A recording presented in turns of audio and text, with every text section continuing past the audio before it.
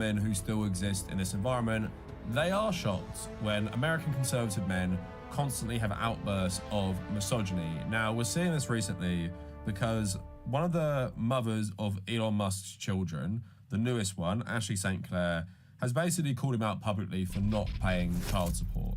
And this is something Elon Musk has actually done previously. He did it with his children that he had with Grimes, and I think she even used like the private jet tracker to try and hunt him down, to try and get him to pay this child support, right? So this guy's like a deadbeat dad, but because she called him out publicly, all these people have come to his defense, and they're even calling this person a feminist now. She's a feminist because she called out Elon for not paying child support, right?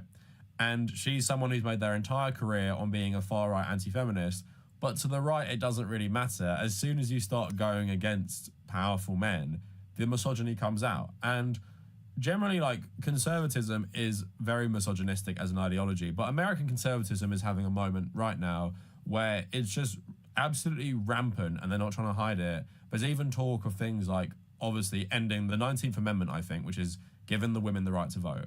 But also, there's been lots of actual movement on trying to end no-fault divorce in America, which basically will mean more and more women will be trapped in marriages that essentially just serve this man because they won't have significant reasons to get divorced in the eyes of a court if there isn't like a no-fault option, right? Where you can just get divorced because you essentially want to. And we're seeing like just generally conservatives attack women's reproductive freedom and women's healthcare. So it shouldn't be surprising to any woman that this movement is absolutely filled with misogyny. But still, even at this very late date, we're seeing conservative women realizing that, oh my God, yeah, conservatives actually hate me. And I made a video a while ago, and they might not have spoken more about this, but there was like several conservative influencers, like very prominent ones, saying conservatism has a misogyny problem, and all like agreeing with each other that, yeah, like, stop being misogynistic to us. Getting real tired of the anti-female rhetoric being espoused by some people, groups in the right wing. Everything you dislike about feminists and the way many portray men is exactly what you're becoming yourselves, but with respect to women, cease. I'm with you on this. Other verified ticks, girl, tell me about it. My other observation is they are unironically proving that feminists are right with their spewing and probably creating more feminists in the process. They are a net negative for the right wing and for society in general with their ideas. And you have another person agreeing, I've been feeling it too. I don't think the grand majority of conservatives right-wingers think that way, they do. But a worrying amount of the vocal ones clearly do. I feel so trapped in the middle. I greatly dislike feminism, absolutely. But when there are so many lengthy threads here on how women's rights should be revoked, how women don't belong in the workplace, and mocking women who are victims of violence by saying you voted for it, I feel abandoned and even hated by both sides. Is this how libertarians feel? But again, even from a self-preservation angle, even if you believe like most of these conservatives believe, they're never going to accept you if you're not a straight man, and normally a straight white man as well. And you'll always be seen as an other. And yeah, they might like you for like their own validation or maybe like a sexual conquest, but they're never going to view you as equal, and they're never going to view you as someone who won't be subject to their terrible ideology.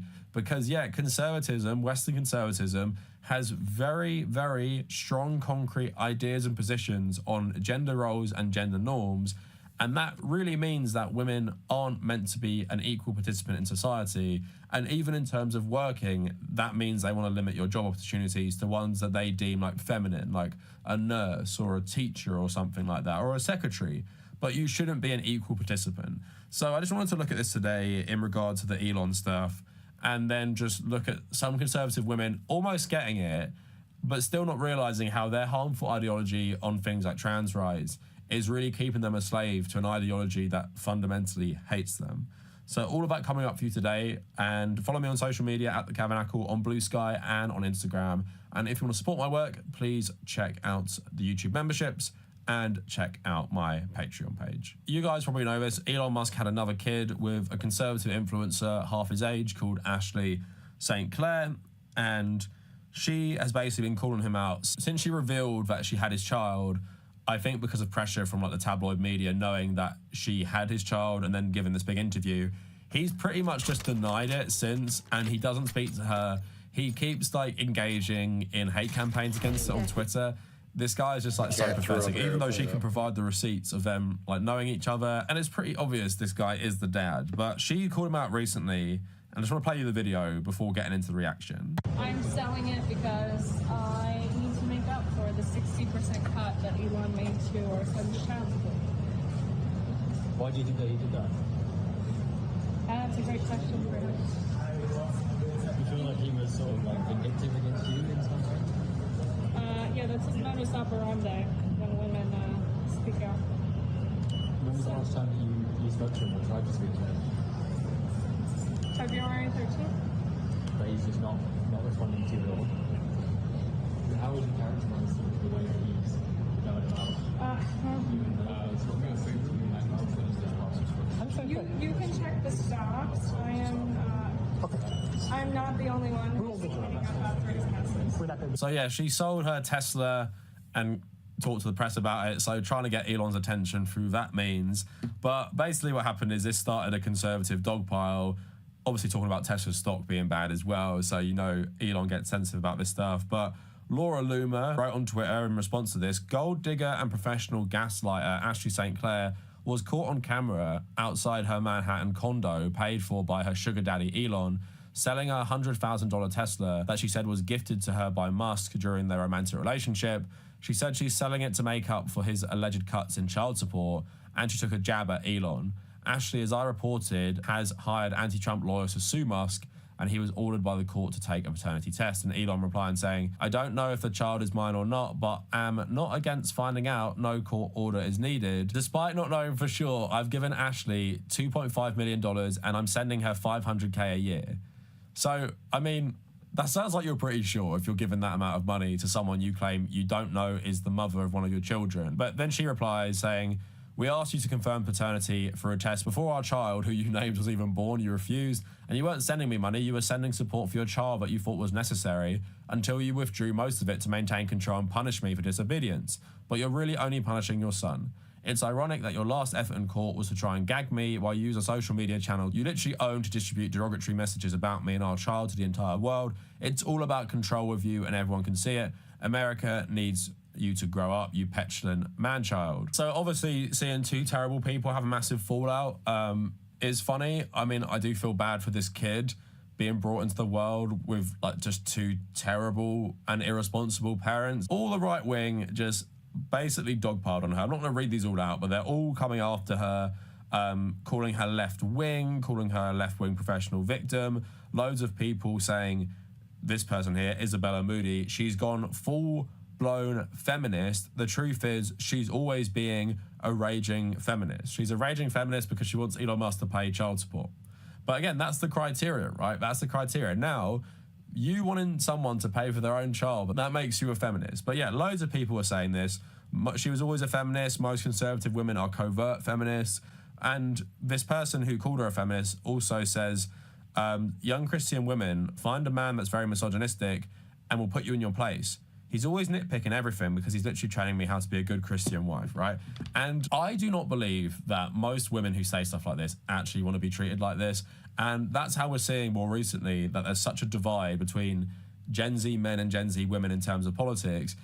Even if you might agree on the social stuff, like generally, all the conservative politics, when it comes down to you as an individual, you're not going to put up with someone who treats you like shit. And we've talked about that with like right-wing dating sites, conservative dating sites. Yeah, most women, regardless of political ideology, might stay clear of a conservative man because he's very likely to not see you as equal and be more likely to treat you like shit. As I've said in various videos, being a left-wing man does not make you immune to misogyny. It doesn't make you someone who can't be just as terrible. And as men in Western society, we all are raised to be misogynistic. At the same time, when you literally have people proudly declaring, I believe in a political ideology that views women as inferior, that's obviously just like the baseline you're working with, that they hate women, like generally.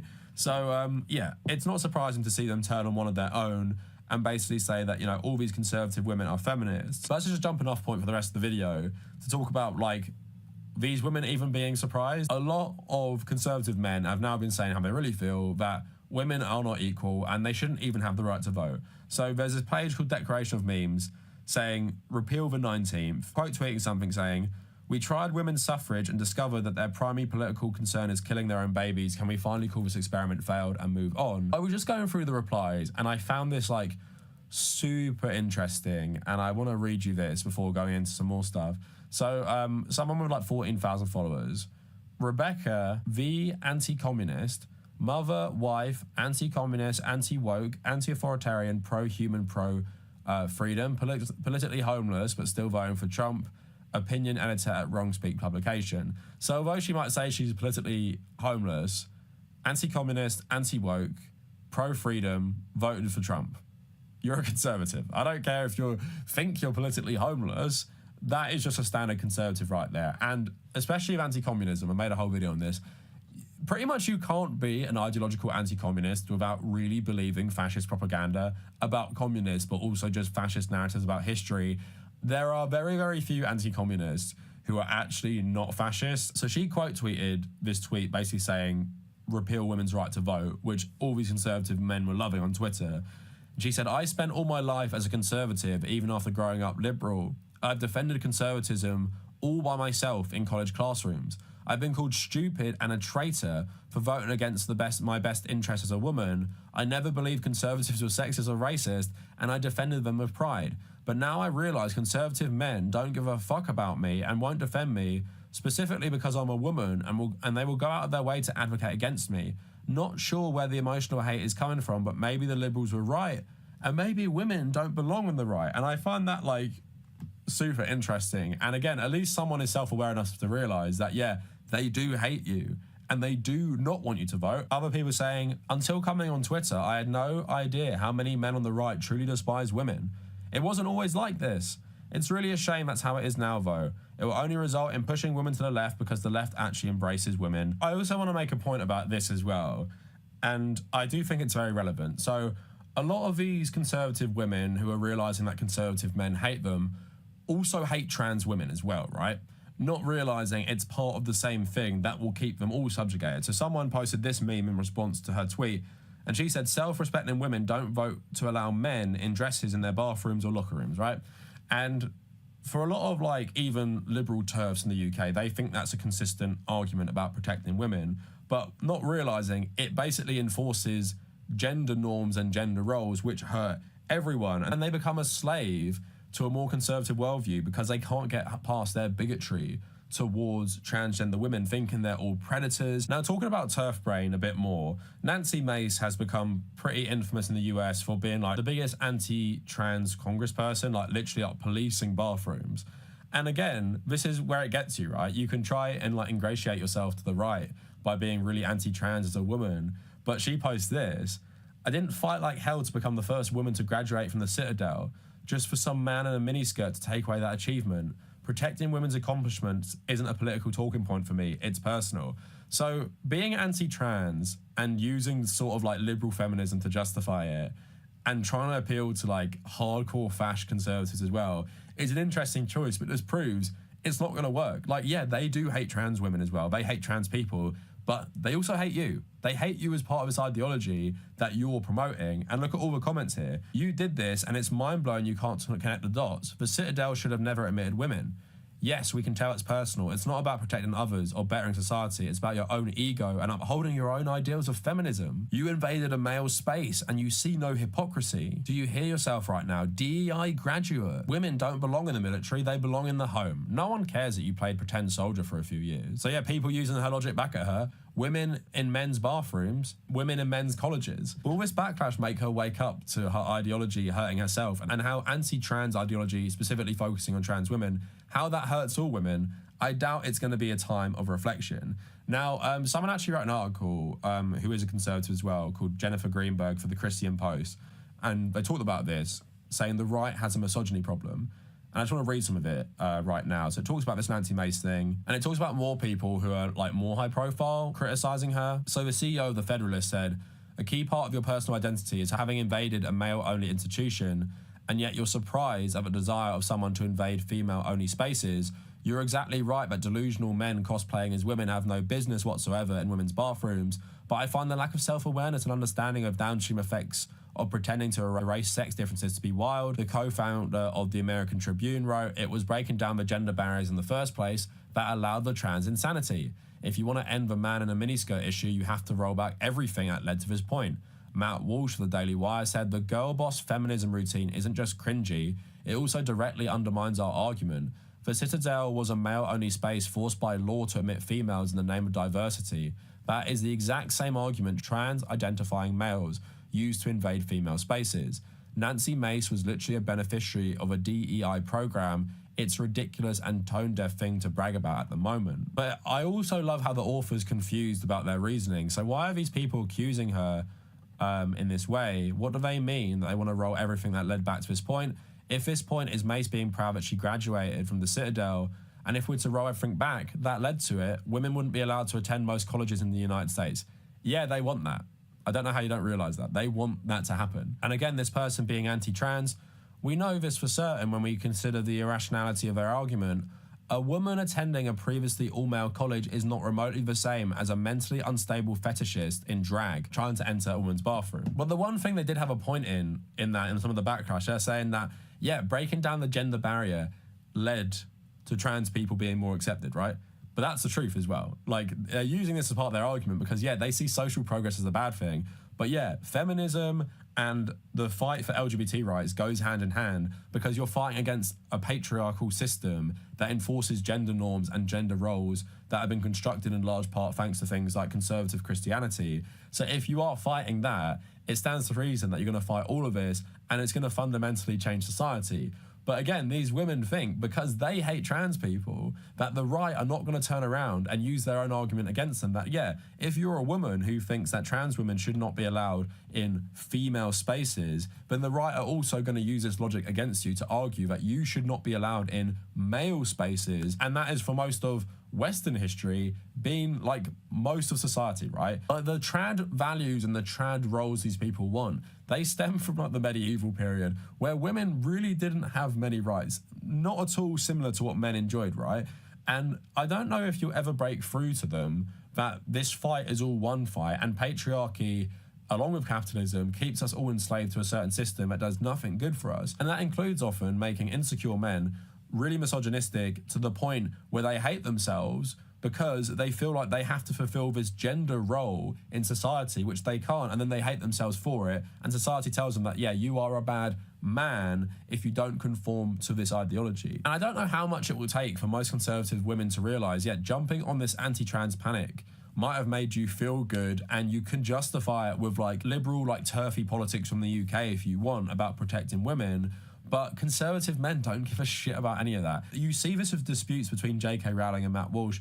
They don't want to protect women, right? If you are making an anti-trans argument from the point of view of feminism, of we need women's rights and to protect females from men and men are all scary and dangerous, most conservative men are not going to agree with that argument. They're just going to say, no, you're just a crybaby feminist who want to demonize all men, and we also just hate trans people generally as well, want them to go away from society entirely. So as we see Republicans increasingly trying to roll back women's rights across America and just general fascist movements trying to attack women's rights across the Western world, you just hope a lot of them realize that at the very least, the focus on trans people is a cultural distraction to rob them of your rights, and you'd hope along that path they'll also realize loads of these arguments they're going to use against trans women, they'll use it against all women. You're just furthering this fascism that's going to come back and get you as well. And, you know, this person did seem to realize that conservatives hate women, but they're still a slave to a more conservative views because they hate trans people. And sadly, that is like nothing new and obviously to be expected by a lot of these types. But that is it for the video. Let me know what you guys think in the comments. And if you made it this far, thank you for watching.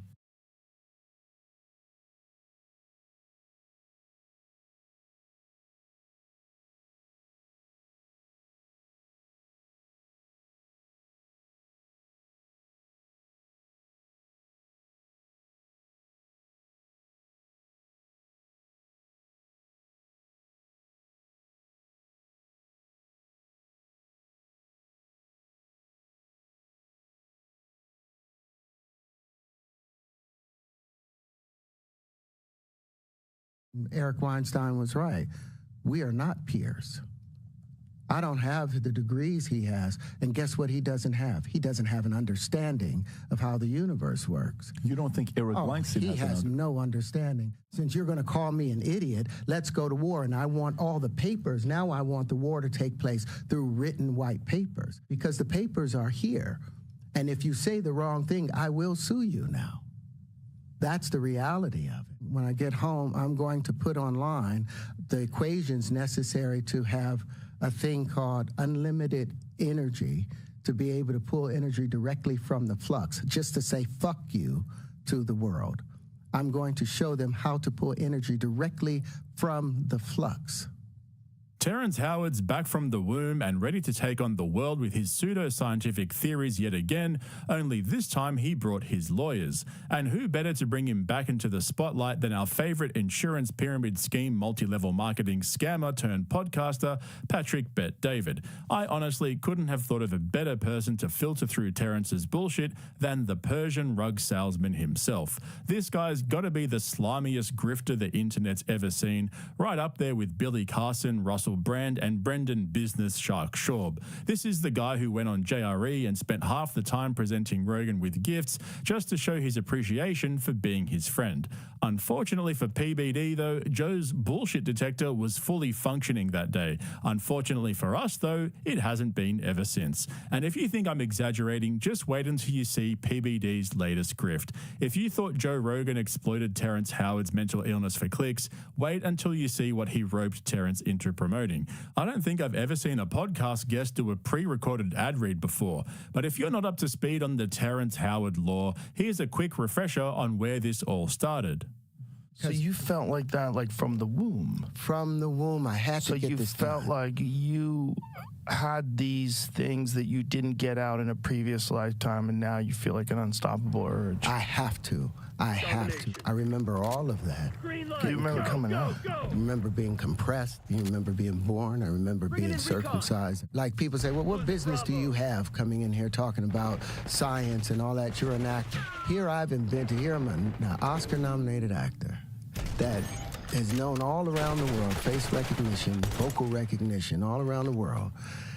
I've invented a new form of flight, tangential flight, the ability to fly around your own center of mass. As you can imagine, Terrence's Womb Diaries ended up being one of Rogan's biggest podcasts last year, with over 11 million views just on YouTube. And just to clarify for those of you who are seeing this for the first time, Terrence believes he's able to access a higher level of thinking than the average person because he's able to tap into his mother's womb and access a mansion which possesses all of the world's secrets and bring them to us to help save humanity. Yeah, bro is cooked. But it didn't stop there. After seeing that episode of JRE, failed academic turned pseudoscientist turned financial executive Eric Weinstein reached out to our boy Rogan to offer his services in guiding Terrence forward with his theories and helping him to see the errors in his ways. And yes, obviously, this all happened live on JRE instead of privately behind closed doors.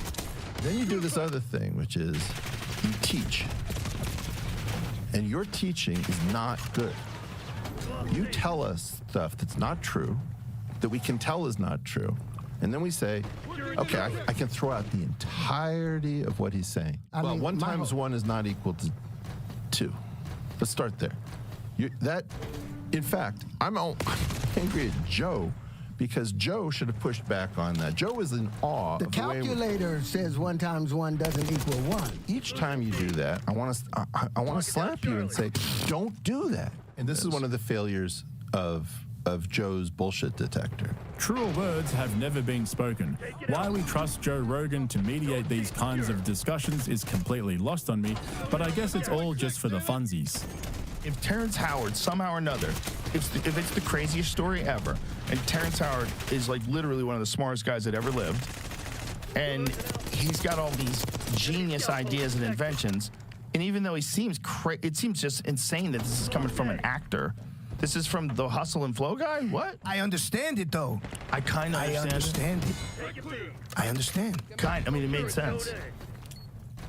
To me, he's making you believe. That's got to be one of my all-time favorite JRE clips. I mean, fuck.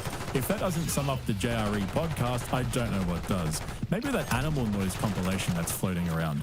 But one of the best moments for me personally was seeing Neil deGrasse Tyson responding to Terrence Howard for calling him out. See, Terrence has been trying to get traction with his theories for years, but because he's a college dropout with no formal education or research experience, nobody seems to want to listen to his half-baked theory on why 1 × 1 = 2. So Tyson hit back with one of the most condescending clips I've ever seen. And that's saying a lot coming from Tyson. I recently learned I got name-checked by Terrence Howard on his recent appearance on Joe Rogan. What can happen is if you're a fan of a subject, let's say, a hobbyist, let's call it, it's possible to know enough about that subject to think you're right, but not enough about that subject to know that you're wrong. This has been studied by others, and it's called the Dunning-Kruger effect.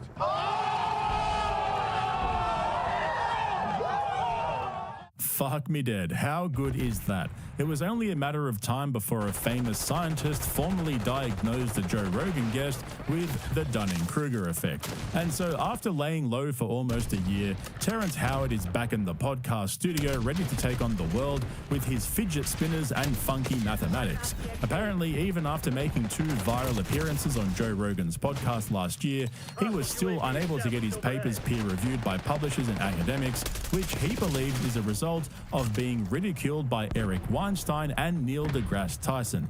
Like I keep saying though, this whole situation is the gift that keeps on giving. I honestly don't know what's funnier, seeing Patrick Bet-David read the definition of the Dunning-Kruger effect out loud off the screen, or Terrence Howard demanding an apology from Tyson for hurting his feelings.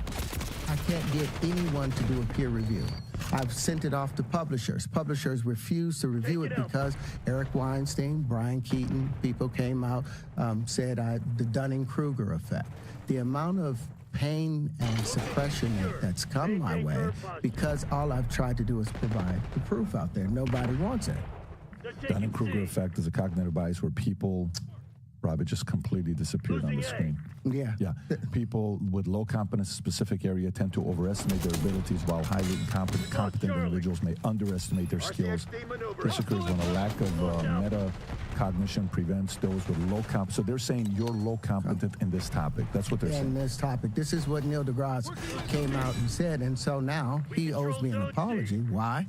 Because with those same things that he said had no value, now we've already put them into a white paper, and we've been able to solve the 7 millennial problems and the 3 body problems with the same equations or substances that he said created the Dunning-Kruger.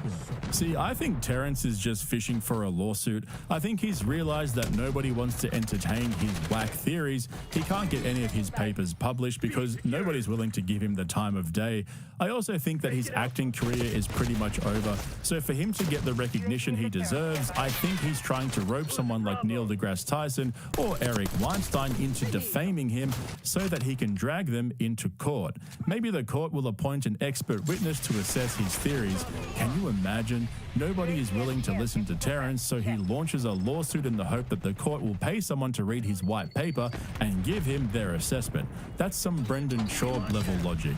But like I was saying in my intro, watching Patrick Bet-David trying to debate Terrence Howard on his 1 × 1 = 2 theory was like watching 2 toddlers put their mother's high heels on and paint each other's nails. PBD fancies himself as a finance guy who knows the ins and outs of investing. You might say he's a numbers guy. He built one of the biggest multi-level marketing schemes called PHP Agency. I did a couple of videos on him a while ago, and CoffeeZilla's also exposed his dodgy business practices in quite a lot of detail as well. So watching him fumble his way around the numbers with Terrence just proved what we already knew. These 2 are the dumbest guys on the internet. To the average person who hasn't put amount of time that you have put in, credibility after 1 × 1 × 2, 1 × 1 = 2. How did you come up with that conclusion? Well, if I was wrong, then they wouldn't have made such a big stink of it. So then what's 1.1 × 1.1? I don't know. Is it bigger than 2? It would have to be. Anytime an action times an action has to increase in volume. No, but so if 1 × 1 is 2, that would mean that 1.1 times 1.1 would need to be bigger than 2, right? It would have to be. Why wouldn't it be? It's only the mathematics that they're using, the identity principles, which I call the Jim Crow laws of mathematics. Let's just say if I have $1.10 in a stock, okay, and that goes up 1.1%. What is it? $1.10 in a stock, but it goes up 1.1% rate of return in my stock portfolio. What's 1.1 of $1.10? Look it up on the calculator. It's $1.21. So for example, so if I get a 1% rate of return, on one, if I do the percentage on the basic 1.1 times 1.1, it's still getting me 1.21. So to me, the basics of the 1 times 1 equals 2, that throws even a regular guy like me. Bro, what? A 1.1% return on $1.10 is $1.11, not $1.21. Why is PBD challenging Terrence's theory when he can't do basic maths himself? Well, it turns out that neither can Terrence Howard. He thinks 0.1 times 0.1 equals 0.001. That's one too many zeros, bro. Come on. If I asked you, what's 0.10 times 0.10? 0.10 times 0.10 says 0.001, right? Right. But we know that 0.10 is a dime. Okay. We know that a dime times a dime, 10 dimes times 10 dimes equals $1. Should equal $1. Not necessarily. 10 times 10. No, I know what you're doing. But that is a whole number. A dime is still 10 cents. So 10 dimes is $1. So it's not the same in the dollar sense. I see what you're thinking, like 0.1 equals a tenth of $1. I'm saying there's a problem with the decimal system. If a dime is 0.1 of $1, let's simplify it, right? But if you tell me, give me 10 of 0.1s, that equals 1. So that means I got 10 dimes.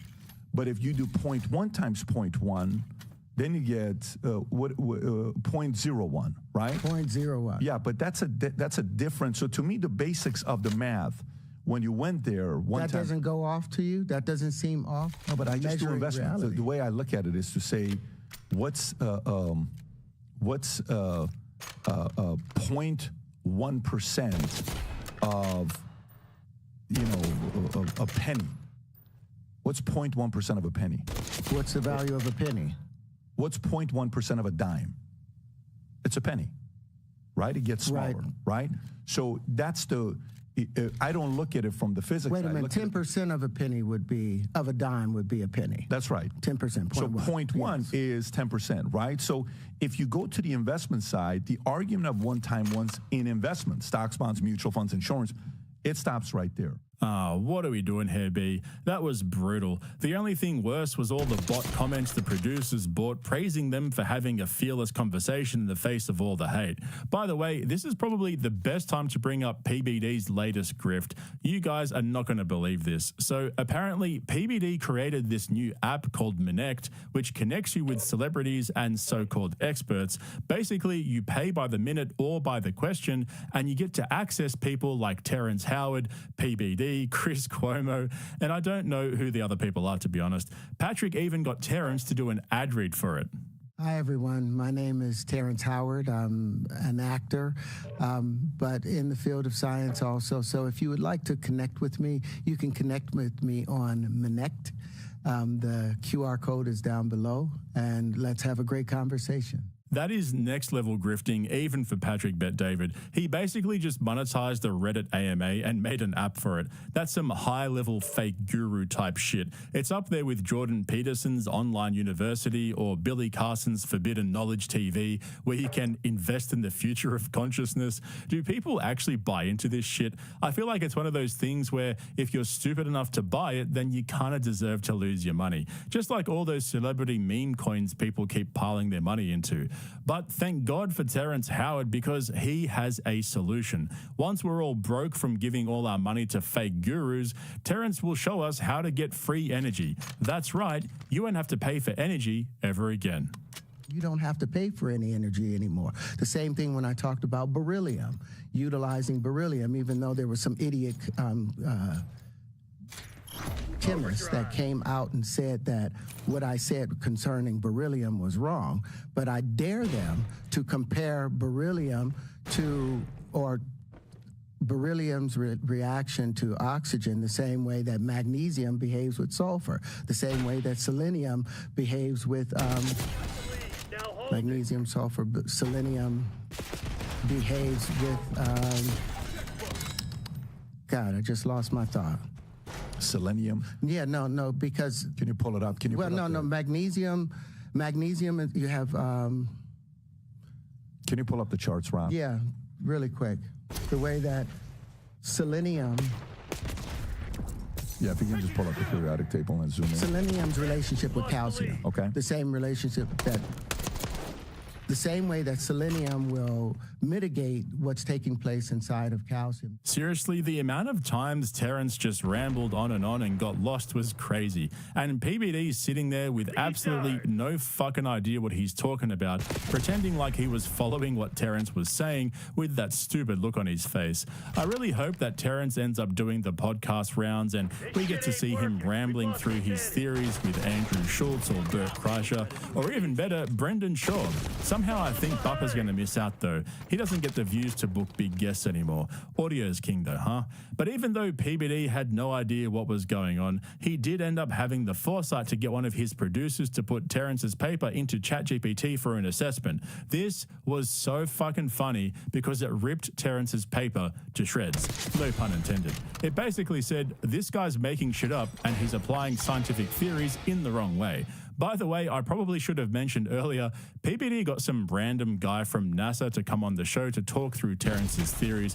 Apparently he's a friend of Eric Weinstein, but I didn't include any of his clips in this video because I couldn't understand a word he was saying. He kept pulling up these anal beads and waving them around, but I couldn't make any sense of it. Anyway, I'm pretty sure he's a CCP plant. Seriously, who knows with these guys? Rob, can we put that through OpenAI? Which, if you wanted us to put one through OpenAI, which would it be? Either one. Okay, put that one through OpenAI. See what and kind ask of what it says, considering the necessity. That's what I love. Let's get a What would you like me to ask ChatGPT? Just ask it to evaluate it. Is it right or wrong? Here we go. After evaluating the document, necessity of finding a universe, here's a breakdown. Critical issue, scientific inconsistencies, core mathematical flaw, 1 × 1 = 2. This claim contradicts fundamental arithmetic and is not accepted in any legitimate mathematical system. Redefining this without rigorously peer-reviewed mathematical framework makes the rest of the paper logic untenable. 2, unverified concept. Terms like Howard coma, tetrahedron shapes, Lynchman geometry are not recognized in mainstream mathematical or physics. These concepts do not appear in peer-reviewed journals. Misapplication of physical laws. The paper refers to wave mechanics, conservation of energy and quantum equations, but applies them in non-standard or speculative ways. Last but not least, citation issues. The reference include real scientists Einstein, Planck, alongside fictional or pseudoscientific collaborators Howard Seeley, Yi et al. Yeah, et al. There's no known peer-reviewed body of work by these authors. Verdict, not scientifically valid. Bro made up his reference list and thought no one would notice. I've honestly heard more credible theories coming out of Eddie Bravo's mouth. The scary thing about Terrence, though, is that he's a millionaire with money to burn. And after Rogan put him on JRE last year, things didn't turn out the way he thought they would. Now it looks like his acting career is over, so he's trying to bait other scientists into a lawsuit, which will give him even more publicity. And like all of Rogan's fake gurus, he's figured out a way to monetize the grift. On his website, you can actually order a custom-built tangential flight vehicle made by the man himself, except none of them actually seem to function. You can also buy some transcendental lighting handcrafted by Terrence, but you have to email for pricing. And of course, you can buy a bunch of merch that says 1 × 1 = 2. Standard grifter starter pack. The amount of fake gurus that Joe Rogan has helped to create is seriously getting out of control at this point. And the worst part is, no matter how many of them get exposed after they go on his podcast, he never seems to care or address it in any way. Sometimes he'll just laugh it off and say, whoops, like that time when he had that guy on with Josh Dubin, who went on to kill and dismember someone shortly after appearing on the podcast. But somehow I don't think that's the last we'll hear from Terrence Howard. All these podcasters know that he'll get them guaranteed views, so I have no doubt that he'll appear on a few more, so I'll keep an eye out for you guys on that. Also, don't forget that Kill Tony is about to hit Netflix for their first show. Make sure you head over to my Patreon via the link in the description for a full breakdown of their Netflix debut. There's a bunch of other stuff on there as well that you might be interested in, so go and check that out. Otherwise, make sure you're subscribed to my channel here on YouTube and hit the like button while you're here. Thanks for watching, guys. I'll catch you in the next one. That's not a real image. They colored it and fixed it and put fade and brightness and you know, like, how does that? I don't know if they did. This has a reconstruction of a holographic I'm gonna get image. demolished. I'm a total moron.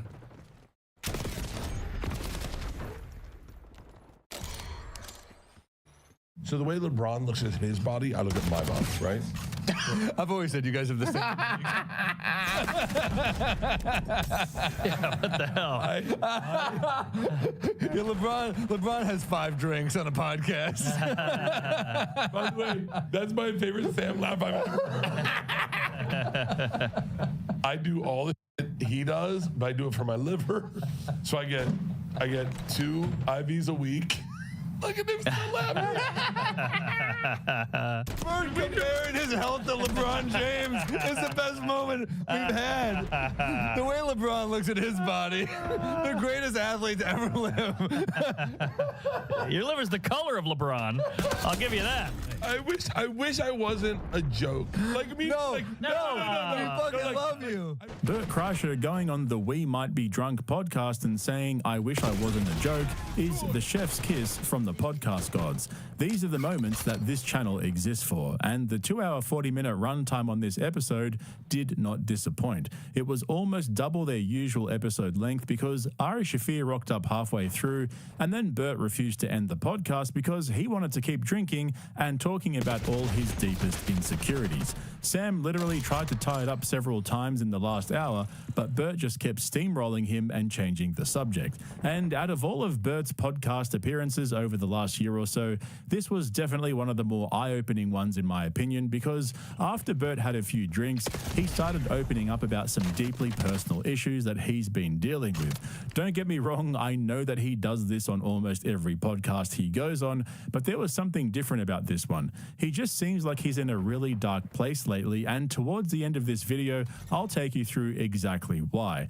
Basically, he's become paranoid about people doing impressions of him, and so he started going on about why he hates it in quite a bit of detail, and then tried to get the producers to delete that section because he was worried about the backlash. So stick around because I've got all the context and clips to take you through. And speaking of impressions, Kill Tony's first Netflix episode went up yesterday, so make sure you head over to my Patreon via the link in the description and sign up so you don't miss out on my video covering their Netflix debut. It was an all-star cast of Austin comedy assassins, so check that out if you're interested. But as for our boy Bert, as you saw in the intro, he's still under the delusion that he's a healthy 50-something-year-old who's fit and strong and not suffering from any health issues. Except when he started listing all the meds he's taking daily in front of Mark and Sam, they didn't hesitate to give him a reality check. Uh-oh. We heard you wanted cranberry. We wanted grapefruit. Oh, yeah. I can't do grapefruit because I'm on blood pressure medicine. Might be a sign that you should slow down the drinking. Right there. No. Blood pressure medicine. You can have poison. Grapefruit. No, grapefruit. Grapefruit counteracts with medications. Is that right? Yeah, so you can't. Oh, no. You can't take medication and grapefruit. This is going to kill my Blue Chew. Definitely don't do that. Wait, are you on a Blue Chew for real? Wait, is it bad for your heart? Yeah, we're good. All right. Oh, God. No, but I sauna, I cold plunge, I get IVs twice a week. I'm doing the whole regimen. I'm at Ways to Well, and shout out to Brigham and Denise over at Ways to Well. Denise and I had a meeting, a couple months ago. She was like, "You've had the best numbers you've ever had," and I got to be honest with you.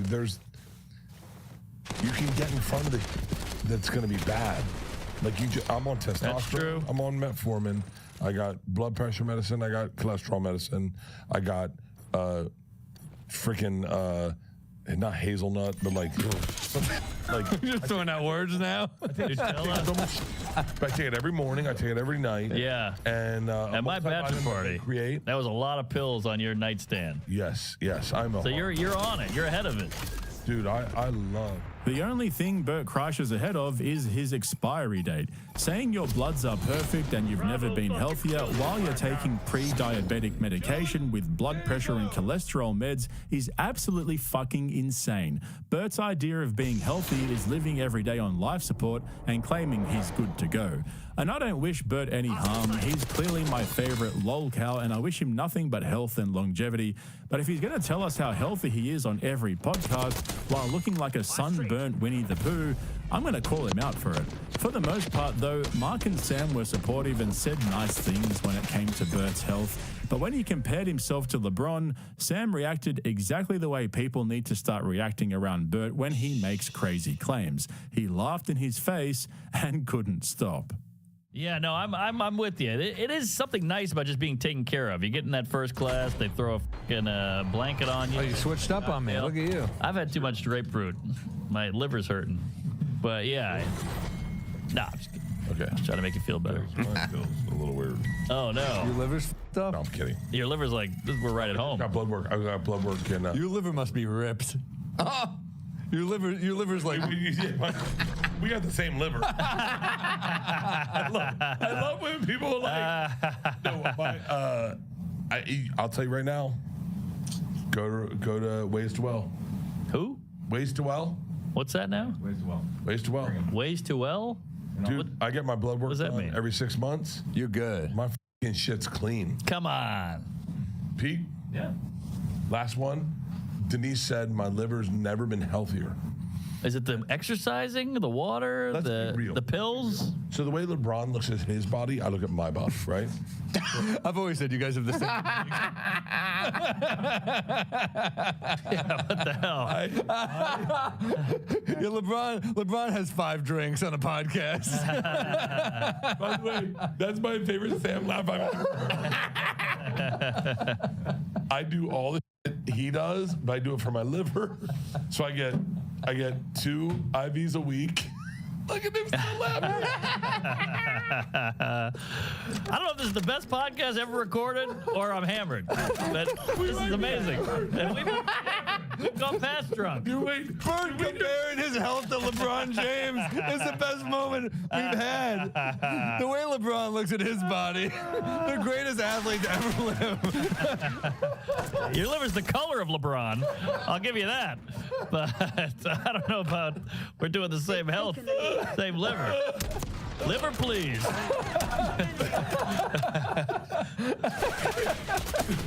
Can we do a Patreon call? We might be hammered. Holy. No, that's so much. Oh boy. I wish I wasn't a joke. Like me. No, like, no, we fucking love you. When I was a kid, I realized the funniest I was when I wasn't trying to be funny. And that's the purest comic you get is like when you're not trying to be funny and people laugh and you're like, I don't know why they're laughing. Right. And I swear to God, Because you can't turn it off. Because I dated a chick one time, Erica Youngblood. There Bert goes again, doxing people from his past for absolutely no reason at all. But the funniest thing about that whole interaction was that Bert genuinely did not realize what was so funny about what he was saying. That's why he said, I wish I wasn't a joke, because he thought he was making a legitimate point about how dialed in he is with his health. Then he tried to cover it up by calling himself a comedy purist, because the best comedians apparently don't realize when they're being funny, which is some high-level cope from Bert Kreischer. And like I was saying just before, it was Sam's reaction that caught Bert off guard. Mark Norman seemed distracted, but Sam was genuinely like, what the fuck did he just say? That's why more and more of his friends need to react like that when Bert starts talking absolute dog shit. It's the only way for him to realize that what he's saying is out of pocket. But then Ari rocked up and they all realized how smashed they were, which naturally turned things gay. Yeah. It's like drinking bacon, dude. It's very good. I'm pretty lit right now. Yeah, we all are pretty lit. I like this. This is nice. It's 5:30 in the afternoon. We should do. You guys have Patreon? Nah, we're too lazy. We got rid of it. Look at it. It's so great. Let me see. So It's hard. Punch it. That's hard. 325 pounds. Jesus. Yeah. You're big, dude. Yeah, I jack.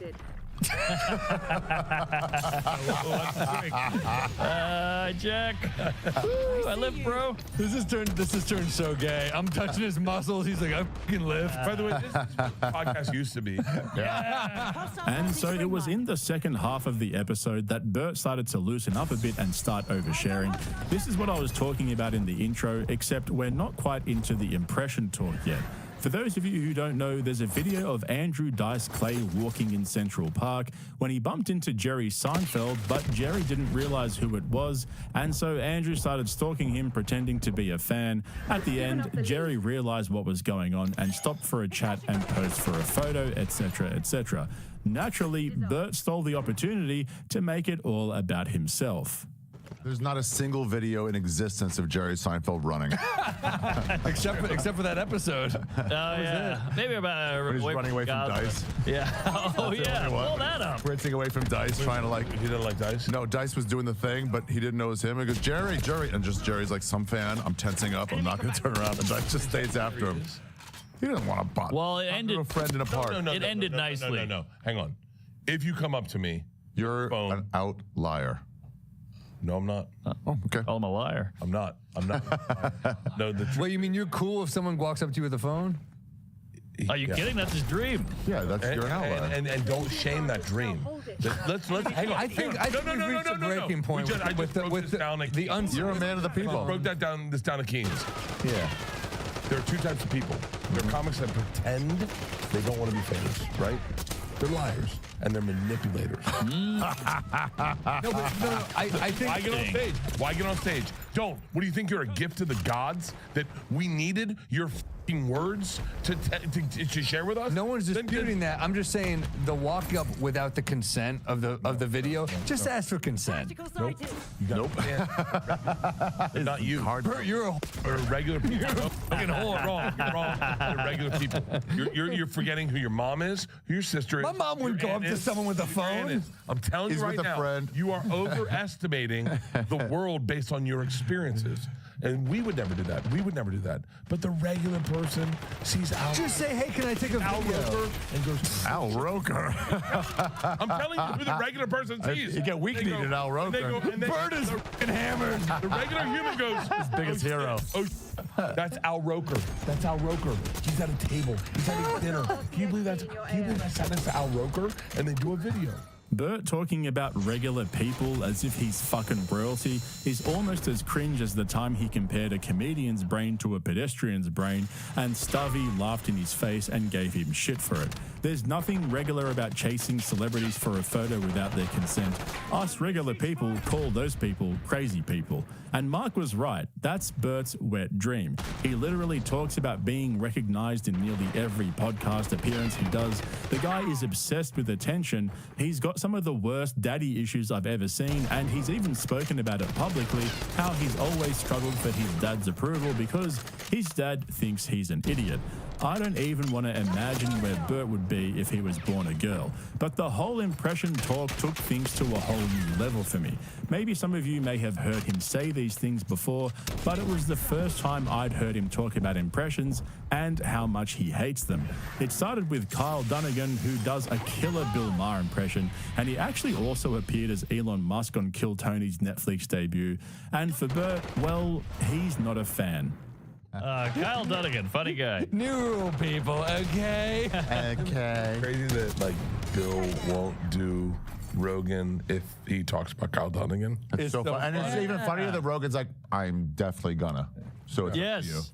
And Bill's like, I'm a comedian. You're like, are you? Are you, though? You can't be made fun of. You can't be talked about. Give Jerry credit. He laughs at people making fun of him. Hold on. 100 hours of I don't care about people Kyle. going, what's the deal with it? I said to you, I don't know. I'm being real right now and I'm drunk. So edit it. But like I don't like when you do an impression of a comedian. What do you mean? I don't like it. What do you mean? Sam specifically or anyone?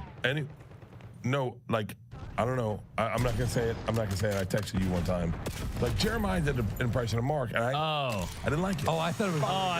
It bothered me. No, I thought it was really funny. AI Mark It's Norman. funny, but I go, yo, I don't like, because they did it to Dane, and it minimizes the person. And it's like, yo, there's a nuance. And dude, I thought Jeremiah did it with love to Norman. Yeah, I know, then edit it out, but I just didn't like it. It bothered me. Really? And I texted Mark the next morning and I said, I don't like that. I don't like it. I'm just weird about it. So like, I understand Bill Maher's point of view. Bert with the, I'm not going to say it, and then says it. Fuck me dead, Bert. But the whole Bill Maher situation is so funny. There's nothing better than seeing a celebrity get all up in their feelings because someone did an impression of them. Kyle Dunnigan has actually appeared on Kill Tony as Bill Maher as well. So while it started as just a fun gag on Instagram, now it's got legs. This is how it all started back in 2020 on JRE. Will you do my show? Sure. Okay, I asked you before, and you were very squirrely there's about so many it. people, they're all talking over each other for sound bites. You know, I heard you say that once when you were laughing at some guy doing a terrible impression of me, and it's a very Kyle Kalinske. He does a great impression of you. I didn't know who he was. What's that? Did I say Kalinske? Sorry, Kyle. No, Kyle we don't have to look at this. I'm leaving. It's amazing. To you, it was amazing. It wasn't. I don't man. But people have done me, and I can laugh at it. It's not that it was your face. He's got your face, and he's doing an impression of you. You've never seen this? Did not. I saw what. Anyway, the point. Yeah, that doesn't matter. The point was, what was the point? Bill Maher is so cringy that he looks like he's doing an impression of himself at this point. It's the flailing hands with the oversized head for me. But Bert was also talking about the time Jeremiah Watkins did a full costume impression of Mark Norman for an episode of Adam Ray's Dr. Phil live show, which Mark was a guest on as well. By the way, Jeremiah also did an impression of Joe Rogan on Kill Tony like 6 years ago when Rogan was a guest on the panel, and Little Joe did not like it one bit. Fuck, that was funny. Anyway, Bert eventually explained why he doesn't like impressions of comedians. So you whittle down the thing they do, and you go like, I'm this, I'm that, I'm that. And then none of the nuance is there. It's like, you can do it to every comic. And I'll tell you, it did it to Sebastian a couple times on Skanks. And I understood it, I get it, but it's like, Sebastian's a little more than, what's up with these people? You know? Yeah, no, they know that though. They're just like doing it for funny, the funny part. I know, but I just I think when it's done with love. Flag that, because I may not like putting that in there because I'm just. I get it. I don't want to spit on Jeremiah. I'm not spitting on Jeremiah. I'm cool with Jeremiah, and we talked about it, so I find it somewhat flattering, but I see what you're saying. It bothered me. I texted you probably. Okay, there are two things on my Christmas list this year. If the comedy gods are listening, here we go. Number one is a Netflix live special, The Roast of Bert Kreischer. Holy shit, imagine. And the second is Adam Ray as Bert Kreischer on Kill Tony. That would be an absolute godsend. Bert is so fucking petrified of being made fun of that he can't even stand to see impressions of other comedians. The levels of insecurity on this guy are reaching epic proportions. Maybe it has something to do with his fear of clowns as well. But I remember watching that and thinking, hang on, didn't Mark and Ari do absolutely epic impressions of Bert on the biggest podcast in the world just a couple of months ago on the very show that replaced Sober October? Yeah, Van Wilder, based on Bert Kreischer. Isn't that nuts? That's so crazy. Isn't that nuts? It's literally a movie based on Bert. It really is. Yeah. Like they wrote a story about it for Rolling Stone magazine. The original title was The Interruption. It reminds me of me.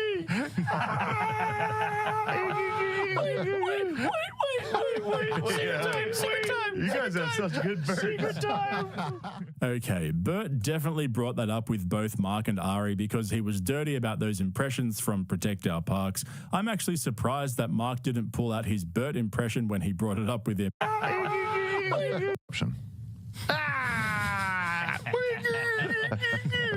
It reminds me of me.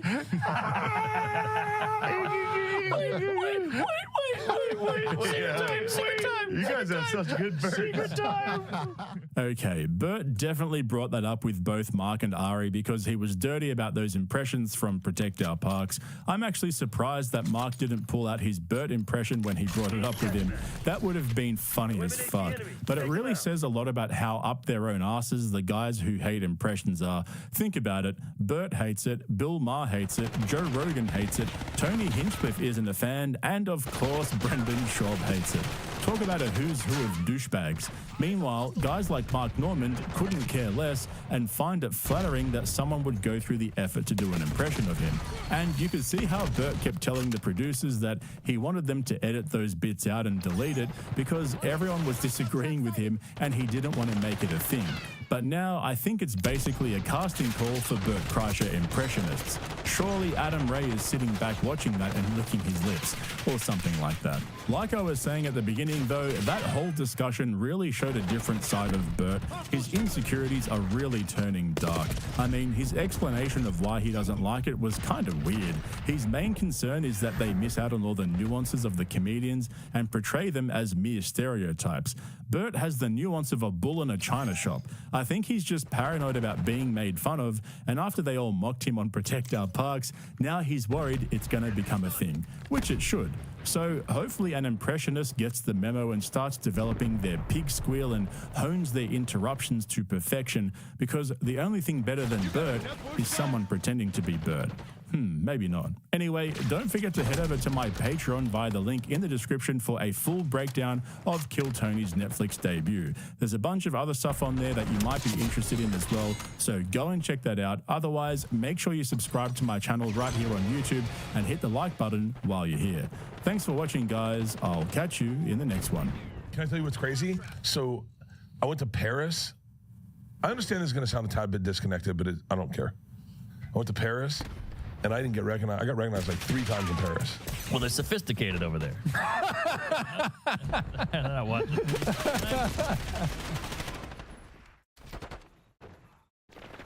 Yeah, I think Eamon Javers has some more color from the White House on this brewing rivalry. Eamon.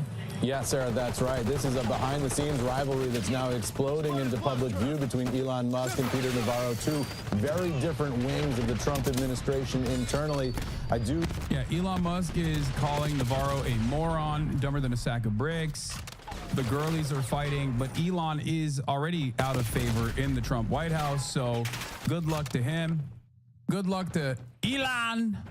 Oh, God, it's amazing. It's amazing that it's like falling away. It's falling apart in spectacular fashion. Now have a reaction to all this from Caroline Leavitt, the White House press secretary. I just spoke to her a couple of moments ago. Her reaction to the statement from Elon Musk calling Peter Navarro truly a moron and dumber than a sack of bricks is whatever.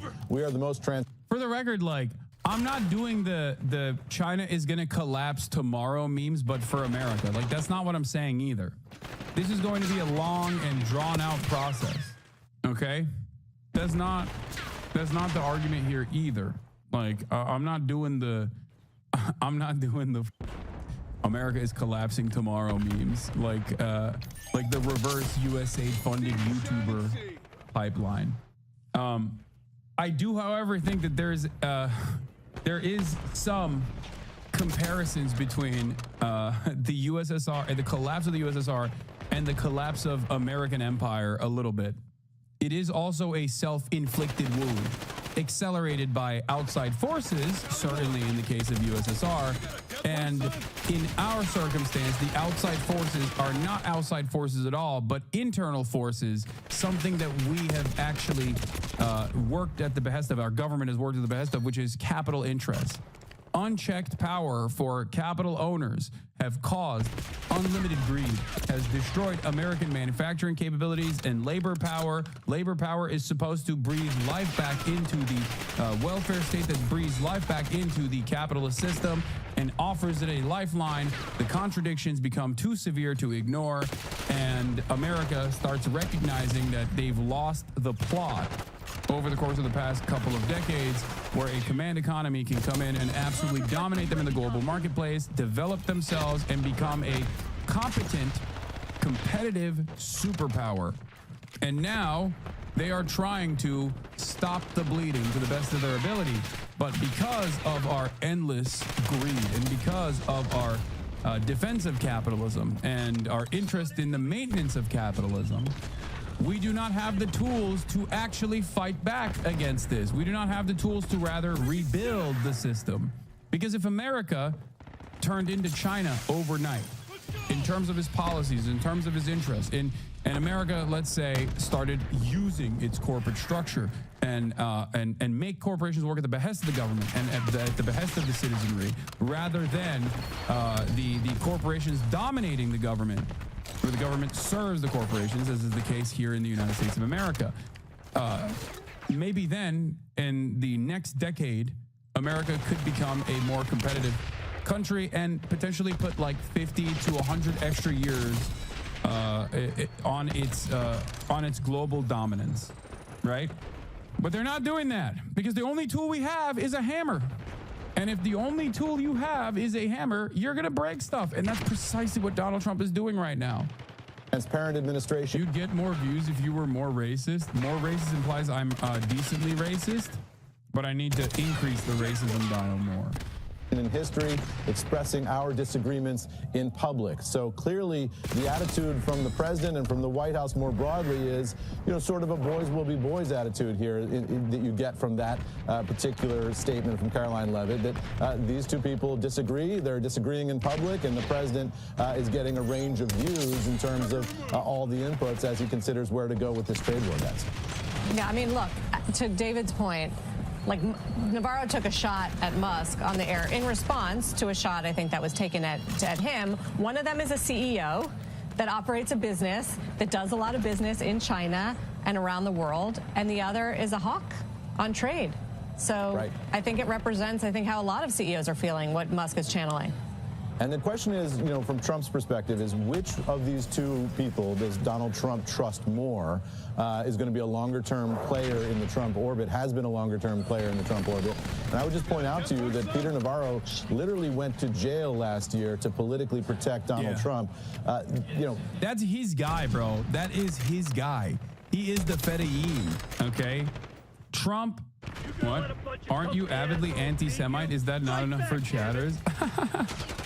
That's funny. Let me tell you something. Peter Navarro is a loyal soldier. And Trump also agrees with him. Trump agrees with him on the tariff. He thinks Peter Navarro is bold, brave, and a future-minded person. Have you seen the market rebound? Yeah, it rebounded from this, let me tell you, okay? It's deep red again. Elon Musk hasn't done that. Elon Musk has been here for a couple of months. He's been very close to the president over those couple of months. But the Navarro relationship with Trump is longer standing. Yeah, I know. This is what caused him. This is why Elon called Peter Navarro a moron. The girlies are fighting. This is what Navarro said. Also known as Peter Navarro, also known by the anagram fake name, what was it? Ron Vera. Okay, that's right. Peter Navarro, also known as Ron Vera. Very famous analyst Ron Vera, okay? Heavily featured in all of Peter Navarro's books as a China expert. I'm, of course, referencing Elon called Navarro R-wordo. Wait. What? R-wordo? When it comes to tariffs and trade, we all understand in the White House, and the American people understand that Elon's... He called him, what, retardo? What the He said Peter retardo? What the Dude! Bro! You're 60 years old! What are you doing? This is the wealthiest man, one of the most powerful individuals on the planet, dude. Holy moly. Holy Toledo. Yeah. Dog 3 and Retardio has hit the timeline. A new coin. A new Retardio coin is coming out, okay? A new cryptocurrency. This time, Peter Retardio. Retordo, or whatever the it's called. This is so ridiculous, dude. A car manufacturer, but he's not a car manufacturer. He's a car assembler in many cases. If you go to his Texas plant, a good part of the engines that he gets, which in the EV case is the batteries, come from Japan and come from China. The electronics. I'm not going to lie. This is the first time it's been kind of funny, but because of how stupid it is, okay? Like just so deeply unserious that a 60-year-old man is saying this That's crazy. That's like, what are we doing? What? This is so insanely childish, dude. Oh my God. The most powerful man in the world who can't get past Act 1 in Path of Exile 2 and must pay a Chinese peasant. Also, before people get mad at Elon, I mean, he literally is neurodivergent, okay? It's his word. He likes to use it a little too much, but it is his word, okay? What am I supposed to do as a, you know, as an outsider looking in? What am I supposed to do? You know what I mean? This guy, I can't tell him not to say it. He has the pass, okay? Come from Taiwan. The tires come. What we want, and the difference is in our thinking and Elon's on this, is that we want the tires made in Akron. We want the transmissions made in Indianapolis. We want the engines made in Flint and Saginaw, and we want the cars manufactured here. It's like this business model where... Bro, if I hit 127 on the autism test, Elon probably broke the scale, okay? Calm down. BMW and Mercedes come in to Spartanburg, South Carolina, and have us assemble German engines and Austrian transmissions. That doesn't work for America. It's bad for our economics. It's bad for our national security. We want them to come here. And with Elon, it's fine. He's a car man. He's a car person. That's what he does. And he wants the cheap foreign parts, and we understand that. But we want him home. We want him home for our national security and economic security. You just said he's never been actually diagnosed. His mother just said he was autistic and everyone believes her. Brother, come on. Are we really doing this right now? Like you're disputing whether or not Elon Musk is autistic. This is the level that we got to. Like, I get it. A lot of chatters are neurodivergent, autistic themselves. They don't want to have that brand association with Elon Musk. I get it. Okay? Totally understand why you would be fighting this battle, but this is a lost battle, okay? It's one of those things where it's like, you know, it's not... You can keep trying to fight on that hill, but it's not worth dying on that hill. My man is omega autistic, okay? He is very, very neurodivergent. Like, you can't act in that way. Like, he's not Sheldon, okay? He is not capable of behaving in that way as in a fake fashion. And everything's good with Elon. He's also sociopathic on top of that, certainly, but you know, to say that he's not like neurodivergent is crazy. All right, let's keep going. Standing and more deeply loyal. So that was the reason why Elon Musk said Navarro's a truly moron. What he says here is demonstrably false. The Elon Musk relationship with Trump is, even though the Elon Musk relationship has been so dramatically... I do love this, by the way, because the girlies are fighting very publicly. The economy is collapsing very publicly. And in the process, the White House will just like... They'll come up with a statement like a mean girl. They're like, whatever, we're the most transparent administration in history, expressing our disagreements in public. It's actually cool that we are an administrative state in complete disarray. It's fine. Whatever. It's actually making America great. Awesome. Public over the past couple of months, and we've seen all these pictures of Elon and the president together. That is a relatively new relationship. So if you're Donald Trump, who do you listen to more intently there?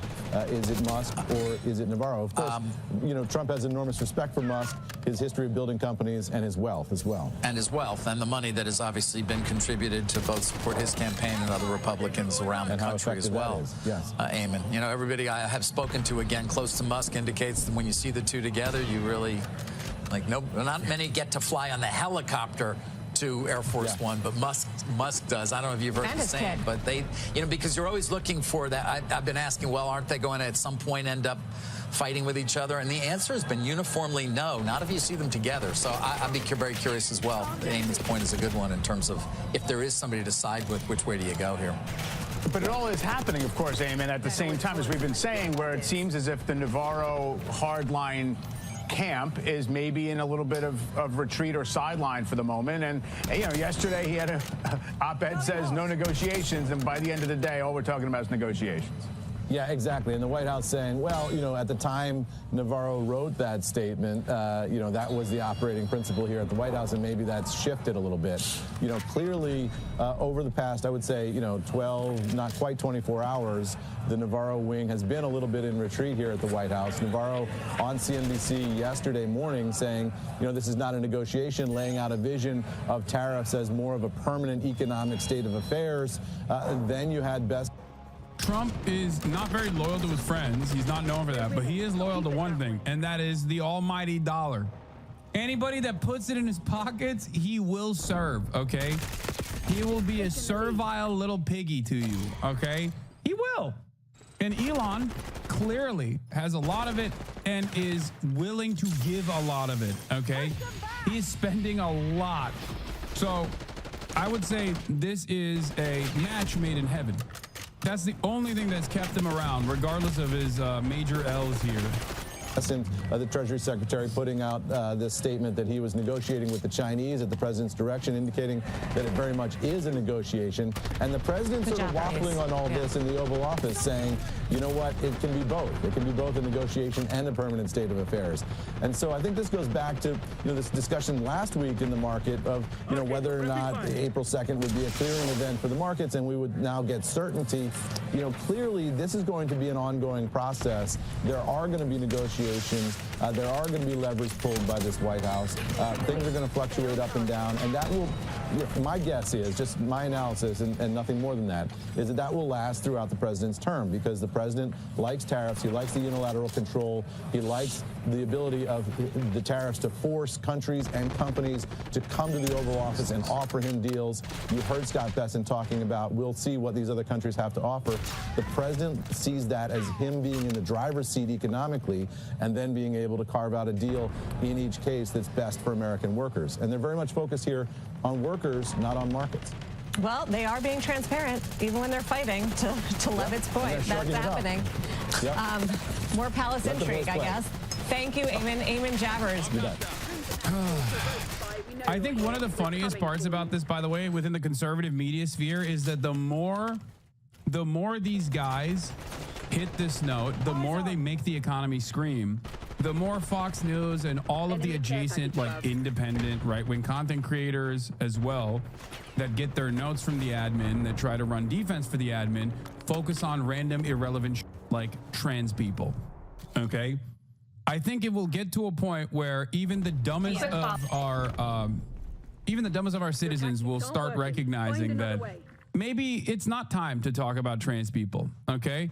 Maybe it's time to talk about the economy a little bit and how much their 401ks have gotten punished in the process, or what will happen to prices due to the ways in which this administration is moving, due to the tariffs that they're slapping onto everything, okay? And the reason why I'm bringing this up is because while this is what's going on, here's Joe Weisenthal dunking on David Sack, saying Black Monday hoax is over because the market rebounded. Turns out, not that much. I know Joe Weisenthal. Markets peaked exactly 20 minutes later. Jim Cramer, better watch out. There's a new anti-prophet in town, says Craig Herring.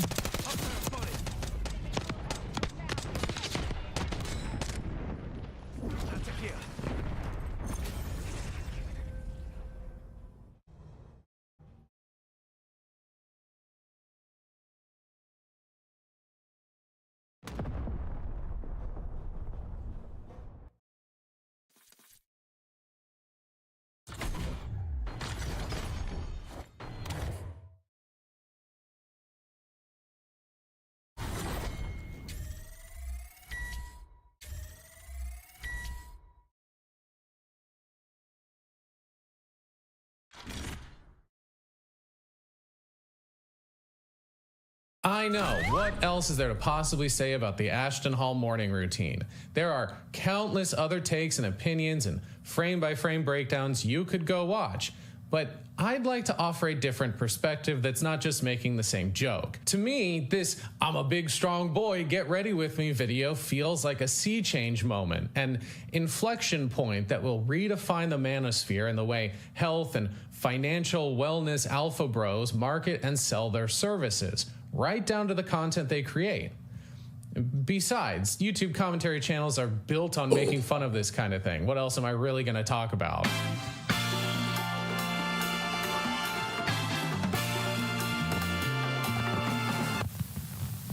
For anyone who doesn't know who Ashton Hall is and feels embarrassed they're not in the loop, don't worry. Normal people didn't know who he was either until a couple of weeks ago, including myself.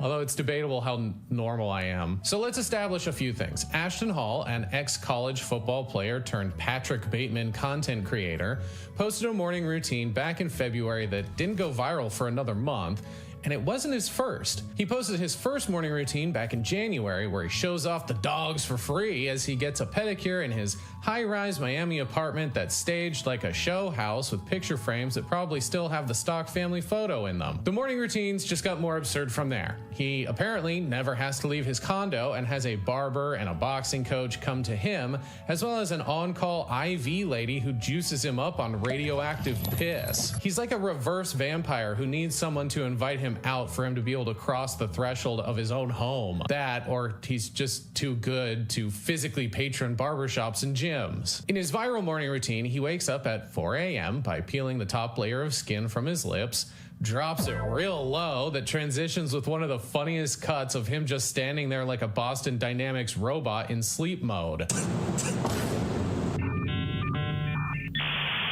He then journals in his new diary he just bought at Hobby Lobby, watches a TikTok sermon, and dunks his face in a bowl of Saratoga ice water for 10 minutes. I wonder if he made the ice cubes out of Saratoga as well. I can't imagine he'd contaminate the premium Saratoga with peasant water. By 6 a.m., he has spent a whopping 2 hours basically getting nothing done, and then spends the next 2 hours working out and lounging in a pool before eating a banana the not gay way, and then rubbing the peel on his face that effectively cancels out his attempts to appear as straight as possible. It went absolutely viral, and while on the surface there doesn't seem to be a whole lot here to discuss in any meaningful way, it is actually quite fascinating the longer you watch it, like looking at a pointillism painting.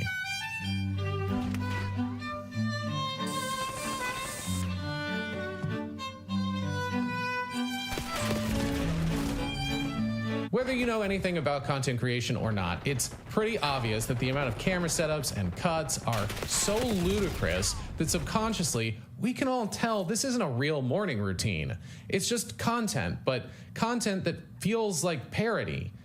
But for what purpose? Is he implying this routine is helpful for the aspiring billionaire mindset alpha? Will following the same routine lead to getting absolutely shredded despite not showing any of his actual workout? Is he just showing off how successful he's become that he can fuck off for several hours every morning for clout? What does he mean when he says we have to get it to at least 10,000? So looking at it, bro, we got to go ahead and get in at least 10,000. 10,000 what? And why stop there? Why not 10 million or 13 gazillion bajillion? I want to examine just how different Ashton Hall is from the rest of his peers who push a similar sort of stoic masculine aesthetic in an attempt to sell the same crap. This is one of those lightning in a bottle internet moments that a lot of people seem to be having a hard time articulating exactly what makes it interesting. First of all, many of the jokes and recreations completely misunderstand what made the original interesting in the first place. Every time someone or something like this goes viral, millions of opinions and takes get hurled into the ether where the same repetitive, easy jokes are endlessly regurgitated, and countless unfunny people try to recreate it to farm engagement.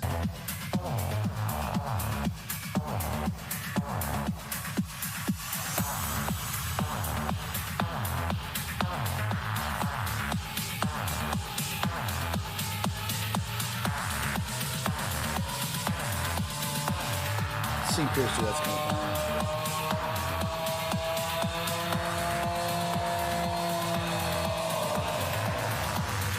Everything about that Piers Morgan video is wrong. One of the main things that makes the original funny is the pacing and the cuts and the mismatched timestamps. Ashton's video is worthy of parody and criticism because second to second there's something new and absurd happening. You can't do everything in one long, unbroken take at your news desk with some royalty-free techno blasting over it, you dork. The pacing of that video is so bad that if you did remove the music, it just looks like weird performance art. which would actually be funnier.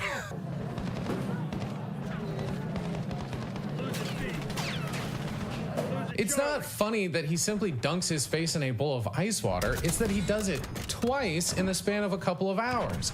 It's not funny that he rubs a banana peel on his face. It's funny because it comes out of nowhere without explanation. Ashton's video is jam-packed with mildly weird shit that overwhelms and confuses before it's on to the next weird ritual, which makes it hard to tell if it's actually satirical or not. But let's focus on one thing I haven't seen a lot of people talk about. But this video is weirdly refreshing for what is basically alpha bro propaganda. The lack of music or any real sales pitch or talking of any kind is what I think is most striking compared to the slop Ashton's counterparts pump out. We hit 1 million, we're gonna go to 2 million. Where did you get that weak-ass small thinking? Why not 20 million? We're so used to these kinds of influencers, for lack of a better term, making content that's heavily edited with captions and intense music and transitions that feel like you just got punched in the head. I'm not being disrespectful. I don't have anything against fat people. That's not success to me. These clips are meant to glorify the creator's workout regimen or their MLM or high-intensity sales course or real estate business. But Ashton just saunters about doing what would be normal shit on its own, where the occasional goofy thing stands in stark contrast to brushing his teeth or going for a run, followed up by catching 4 minutes of hang time as he dives into a pool. That Ed Milet guy must be so jealous of Ashton's Time Lord chronomancy. My day is 6 a.m. to noon, and I'm not crazy. You're crazy for thinking it takes 24 hours, just like some dude in a cave did 300 years ago. My second day starts at noon and goes till 6 p.m. That's day 2. And then the next day is 6 p.m. to midnight. What I've done now is I have changed and manipulated time. I now get 21 days a week. I don't know why someone edited that clip to have him wear an umbrella hat, but I couldn't not use it. I interpret Ashton's video as the glorification of normal. It's just that normal in this context is a highly curated liminal fantasy where nothing is accomplished to the point that normal becomes abnormal. But at least it's quiet. Why not 20 million? He's not really selling anything besides a lifestyle so nebulous that it seems like he lives in a pocket dimension of sterile gray tile where he's the only inhabitant, or the inside of a Banana Republic ad. It honestly just feels really fucking lonely. Compare his morning routine videos to, say, that of someone like Andy Elliott, who is just always yelling about how classy fog lights are. Girl, this has got class. Check this out. See these fog lights? These right here, hit that little button. Bam! You can see it anywhere. Or subtly body shaming other men on stage to prove a point about discipline or some shit. Take your shirt off for a minute. Just take it off for a minute. I'm going to show you guys something. Do you have a lot of money in the bank? No. Okay. Does that make you happy? No. Do you guys see yourself naked in the mirror every single day before you go out of the house? Okay. Do you like how you look? You tell customers that you're going to do stuff for them. Why? You don't even look like you're taking care of yourself. How are you going to take care of me? Or videos where he's telling people to just not be weak and then you'll be successful. The hard life is the one that pays. By the way, it's not even hard. It's actually very easy. You just got to quit being so weak.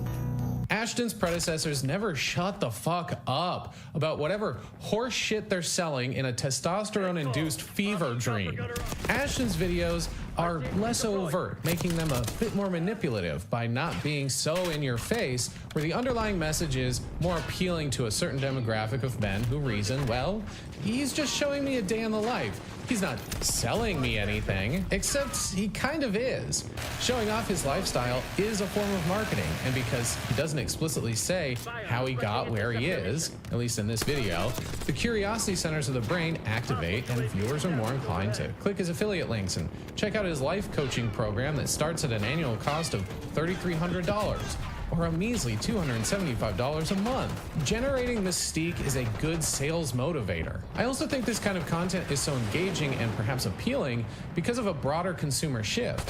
I've talked about this before, but we as patrons and consumers are so done with brands feigning authenticity, and Ashton is a brand. There's been a trend away from engaging with products or services whose sales and marketing strategies rely on convincing us that They're just like us. Look, our staff do fun TikTok challenges and support LGBTQ causes, only to then shovel all the rainbow products into an incinerator come July 1st. Over the last several years, this approach has felt more and more shallow, pandering to customers and treating them like morons who can't tell that they're only doing any of this stuff to increase their margins by trying and failing to appeal to all four quadrants.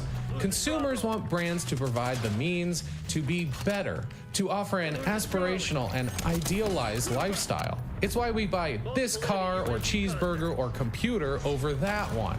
They're selling a fantasy, and if we buy their fantasy, maybe it'll become a reality. Authenticity at this point is basically a euphemism for, we couldn't be bothered to create a real vision or figure out what the benefits of our product are, so here's the CEO getting a bucket of water thrown in his face. Don't be coconuts! And I've noticed a few brands moving away from authenticity as we know it and towards focusing on a specific customer instead, building a world that's unique to the brand and selling a fantasy and escapism to a certain degree, rather than trying to reach teens and boomers and suburban wine moms and Midwest cattle ranchers alike. Ashton's video feels very much like that, selling a fantasy to a specific demographic without actually selling a product or service, where the attitude seems to be more, if you're into what you see, you'll go out of your way and pay me. And this is what I'm talking about when I say this one video feels like an inflection point. Because of how well it's performed, there will undoubtedly be copycats who adopt a similar strategy to shill their pyramid scheme or drop shipping business. In fact, there already are. How do you work out with your Rolex on? Because you gotta tell time. You gotta track everything you do. I can't live more than an hour. So why is time important? Because rich people buy time. The only positive is that hopefully this will lead to the extinction of these galaxy brain sigmas like Luke Belmar babbling incoherently on a podcast about how reading is basically telepathy. So when you read words are symbols. They're letters to express what? A thought. Thoughts are energy. So what you're doing when you're reading a book is you are extracting the thought and the energy of the author while reading that book. These fucking guys are just doing word association, aren't they? Reading. Who reads? Children. That's right. And what do children do? They wear diapers. So I started wearing diapers 6 months ago, and I've 10x'd my income because I was wasting 12 hours a week going to the bathroom to make boom boom. I just saved 10 to 15 minutes. Is it embarrassing that I have one of these? Looking at previous manosphere cult leaders, thought leaders, they're always fucking yapping about some made-up nonsense that's just a pitch for an unaccredited crash course in sales management or human trafficking. Andrew Tate is the obvious go-to example, but you've also got lines like Bedros Killian, founder of the Modern Day Night Project, a military cosplay summer camp, and his co-founder Steve Eckert, whose selling strategy is to yell incoherently at his students and throw tantrums and chairs. I will make sure that you wear the fucking right to be here on fucking Friday night. I will cut this fucking thing off my head.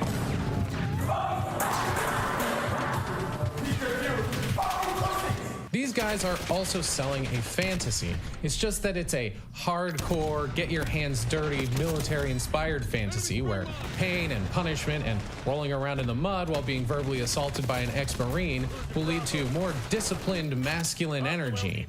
These guys are telling it like it is, according to a worldview that rejects reflection and anything even gay adjacent, embracing a cartoonish version of masculinity. If Steve Eckert found out one of his students got pedicures and IV drips, he'd make them eat the nail file and waterboard them with the saline bag Cartoonish just to version of toughen them up masculinity to, is fantastic. what, make them a better car salesman? The only similarities between the two are that they both have to put a disclaimer on their services that say something to the effect of, nothing about our content or curriculum is a promise or guarantee of results or future earnings, and we do not offer any legal, medical, tax, or other professional advice. Nailed it in one. Ashton isn't yelling or threatening physical violence or publicly humiliating anyone in front of a live audience. He's like that random kid at a family barbecue tugging on your shirt to try and get your attention so he can show you how fast he can go. On the surface, he's the opposite of the Tates and Eckerts, but they have the same goal, which is kind of the problem. For the sales and life coach influencers who have developed cardiovascular disease from all the yelling they do, it's easy to pick them out as being grifters who run pyramid schemes, allegedly. Their swollen red faces make them easy to spot in a crowd and then avoid. For Ashton, though, it's subliminal. There are no videos of him hosting one of these group courses in the conference room of a Days Inn, mocking people who paid to be there, but he's essentially selling the same shit that will bankrupt gullible men. He's also made the very wise choice to insulate himself from ever having to do that in the first place. Jarvis Johnson pointed out on his Sad Boys podcast that he's not just selling courses directly to guys trying to unleash their inner alpha via Zoom. He's selling coaching classes to other coaches who then sell what they've learned to more coaches and then them to more coaches and so on and so on. He does what all of these fucking people do. You pay him a bunch of money. He talks to you on the phone about your business plan. Which starts with how many thousands. And then guess what? He coaches coaches. So it's not a pyramid scheme. It's a multi-level structured plan. Oh, phew, that was close. He coaches to coach other people. He's not traveling around the country like, say, Owen Cook, talking about buzzwords he made up in order to cope with rejection. They would wind up cheating on me or leaving me and dating the most degenerate morons you've ever seen. This is one of my ex-girlfriends. Lovely girl. I would have given her the world. I saw her value so nice. I took her to Hawaii. I was so nice to her. She wound up declining the offer. Why? Because I didn't have frame. Then she wound up dating somebody after me who is flat broke. I actually know this guy. He's a very nice guy. I like him a lot. But a failed musician on massive amounts of drugs. He got her pregnant, and then she wound up living in a trailer park. None of that happened. He's just a 45-year-old weirdo who dresses like a 2008 MySpace hipster and uses unhoused people for content. What keeps you going day to day? You wake up, what keeps you going? Hey, we're not using him, right, buddy? Definitely not. Not? Is he using you, buddy? No, brother. I'm not. We don't need you. We need you out of Venice right now. You're not going to fake subject? I'm really not. No, I need you out. We're actually just helping. Okay, why don't you are? I'm with Cher. Do you know them of Culver City? Okay, so you should look it up and get out now. Ashton Hall would never do that. What's funnier about Owen is that he's got 2 kids he drags along with him while he talks about breaking free of the Matrix. Average person will do nothing with drugs. I was. So it's not a pyramid scheme. It's a multi-level structured plan. Oh, phew, that was close. He coaches to coach other people. He's not traveling around the country like, say, Owen Cook, talking about buzzwords he made up in order to cope with rejection. They would wind up cheating on me or leaving me and dating the most degenerate morons you've ever seen. This is one of my ex-girlfriends. Lovely girl. I would have given her the world. I saw her value so nice. I took her to Hawaii. I was so nice to her. She wound up declining the offer. Why? Because I didn't have frame. Then she wound up dating somebody after me who is flat broke. I actually know this guy. He's a very nice guy. I like him a lot. But a failed musician on massive amounts of drugs. He got her pregnant, and then she wound up living in a trailer park. None of that happened. He's just a 45-year-old weirdo who dresses like a 2008 MySpace hipster and uses unhoused people for content. What keeps you going day to day? You wake up, what keeps you going? Hey, we're not using him, right, buddy? Definitely not. Not? Is he using you, buddy? No, brother. I'm not. We don't need you. We need you out of Venice right now. You're not going to fake subject? I'm really not. No, I need you out. We're actually just helping. Okay, why don't you are? I'm with Cher. Do you know them of Culver City? Okay, so you should look it up and get out now. Ashton Hall would never do that. What's funnier about Owen is that he's got 2 kids Wow, he drags good on you, along friend. with him while he talks about breaking free of the Matrix. Average person will do nothing with their lives. They're caught in a matrix of processed foods, weed, alcohol, and Netflix, living in a simulated reality. The next time your parents do something annoying or cringe, I want you to remember that Owen Cook exists. And somebody let him get them pregnant. It's sometimes easy to forget that these alpha or sigma guys come in a variety of flavors and that Ashton Hall is just the newest iteration.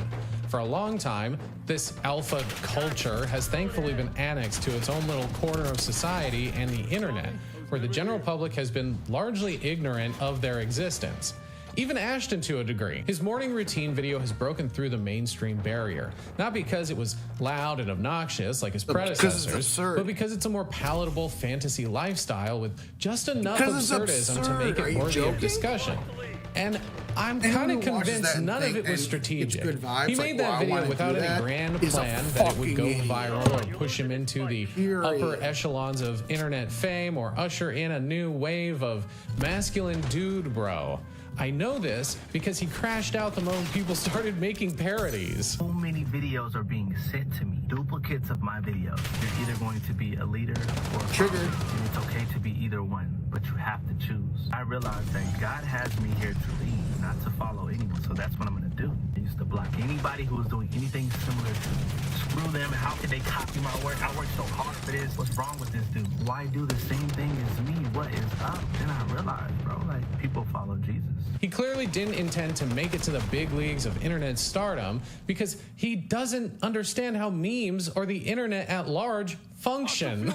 They're not copying you because you're the reincarnation of buff Jesus. They're lampooning you because you're weird. I blame the proliferation of this billionaire grindset industrial complex on the likes of Tony Robbins and Deepak Chopra, where those guys were reaching a wider demographic, hosting general motivational seminars and hawking meaningless self-help books that customers would buy and then put on a shelf never to be read.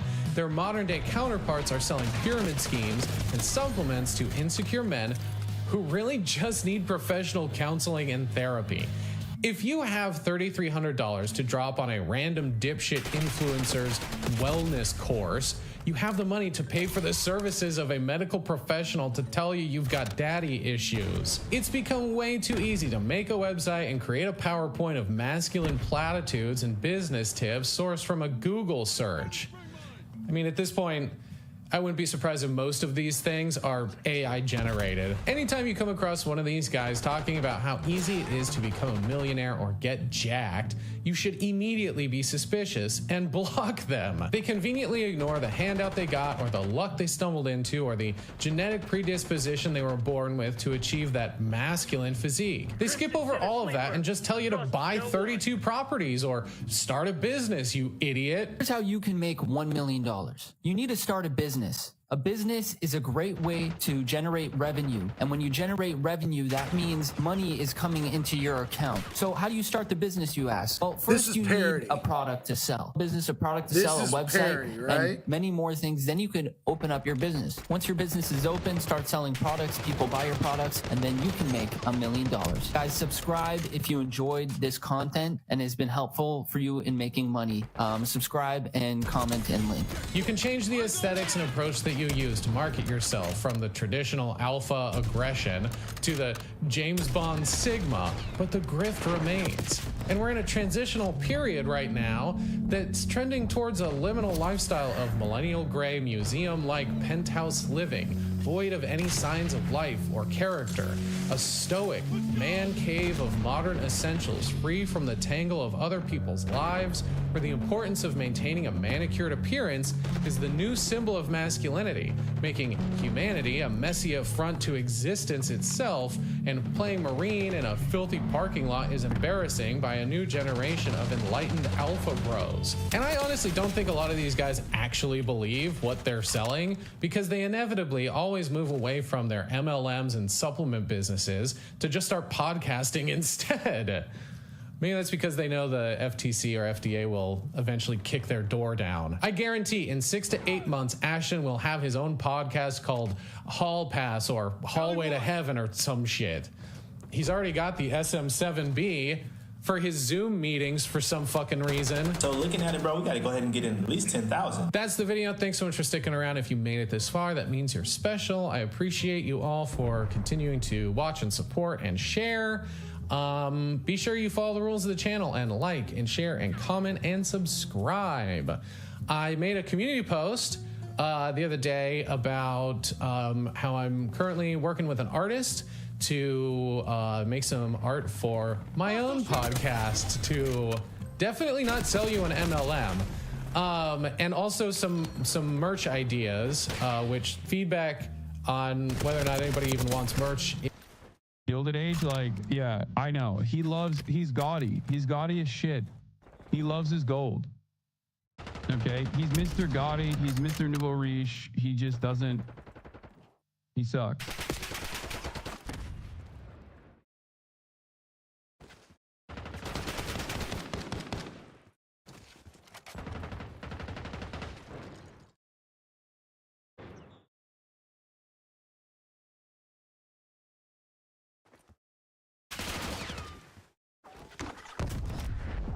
Ukraine arrests Chinese, Russian fighters at the front. Yeah, I saw. Gilded is the poorest area in American history. 90% of people are poor. Yeah, well, guess what, dude? The top 1% of wealth, on the other hand, was Kagan. And that's what's important. Those are the jobs producers. Those are the jobs providers. Those are the most innovative, most brilliant, the heaven ordained amongst us. You should be excited at the prospect that you get to live in an era where so many phenomenal men and women exist. And instead of feeling excited at the prospect of being around all of these people with unimaginable levels of wealth, you sit around and you say, oh, me lord, I'm poor. I don't have enough gruel, me lordship. What you should be saying is, me lordship, please, can I have some more? That's what you should be saying, okay? What you should be doing right now is training your children, the next generation, to become chimney sweeps, okay?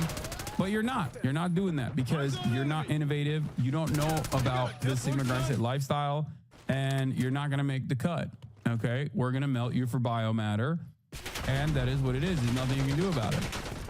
You feel me?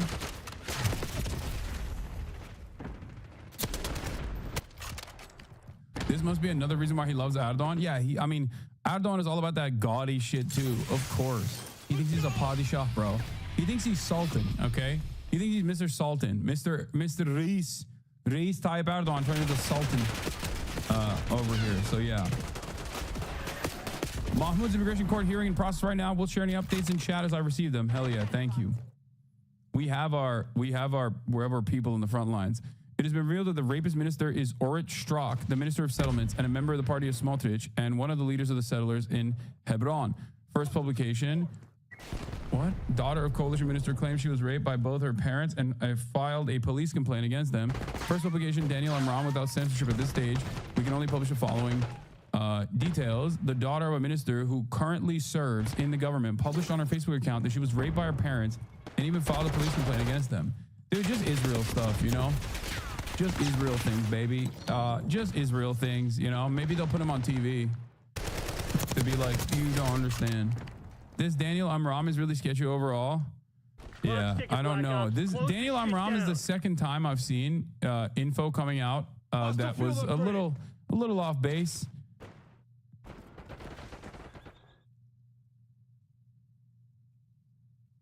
But we'll see. I'll dive into it a little bit further. No, they're not going to do pro-rape riots. But Daniel Amram was the one that broke the story about the hostage that was also... I'm pretty sure he was the one who broke the story about the Israeli hostage that literally came back to Israel and was raped by her fitness instructor.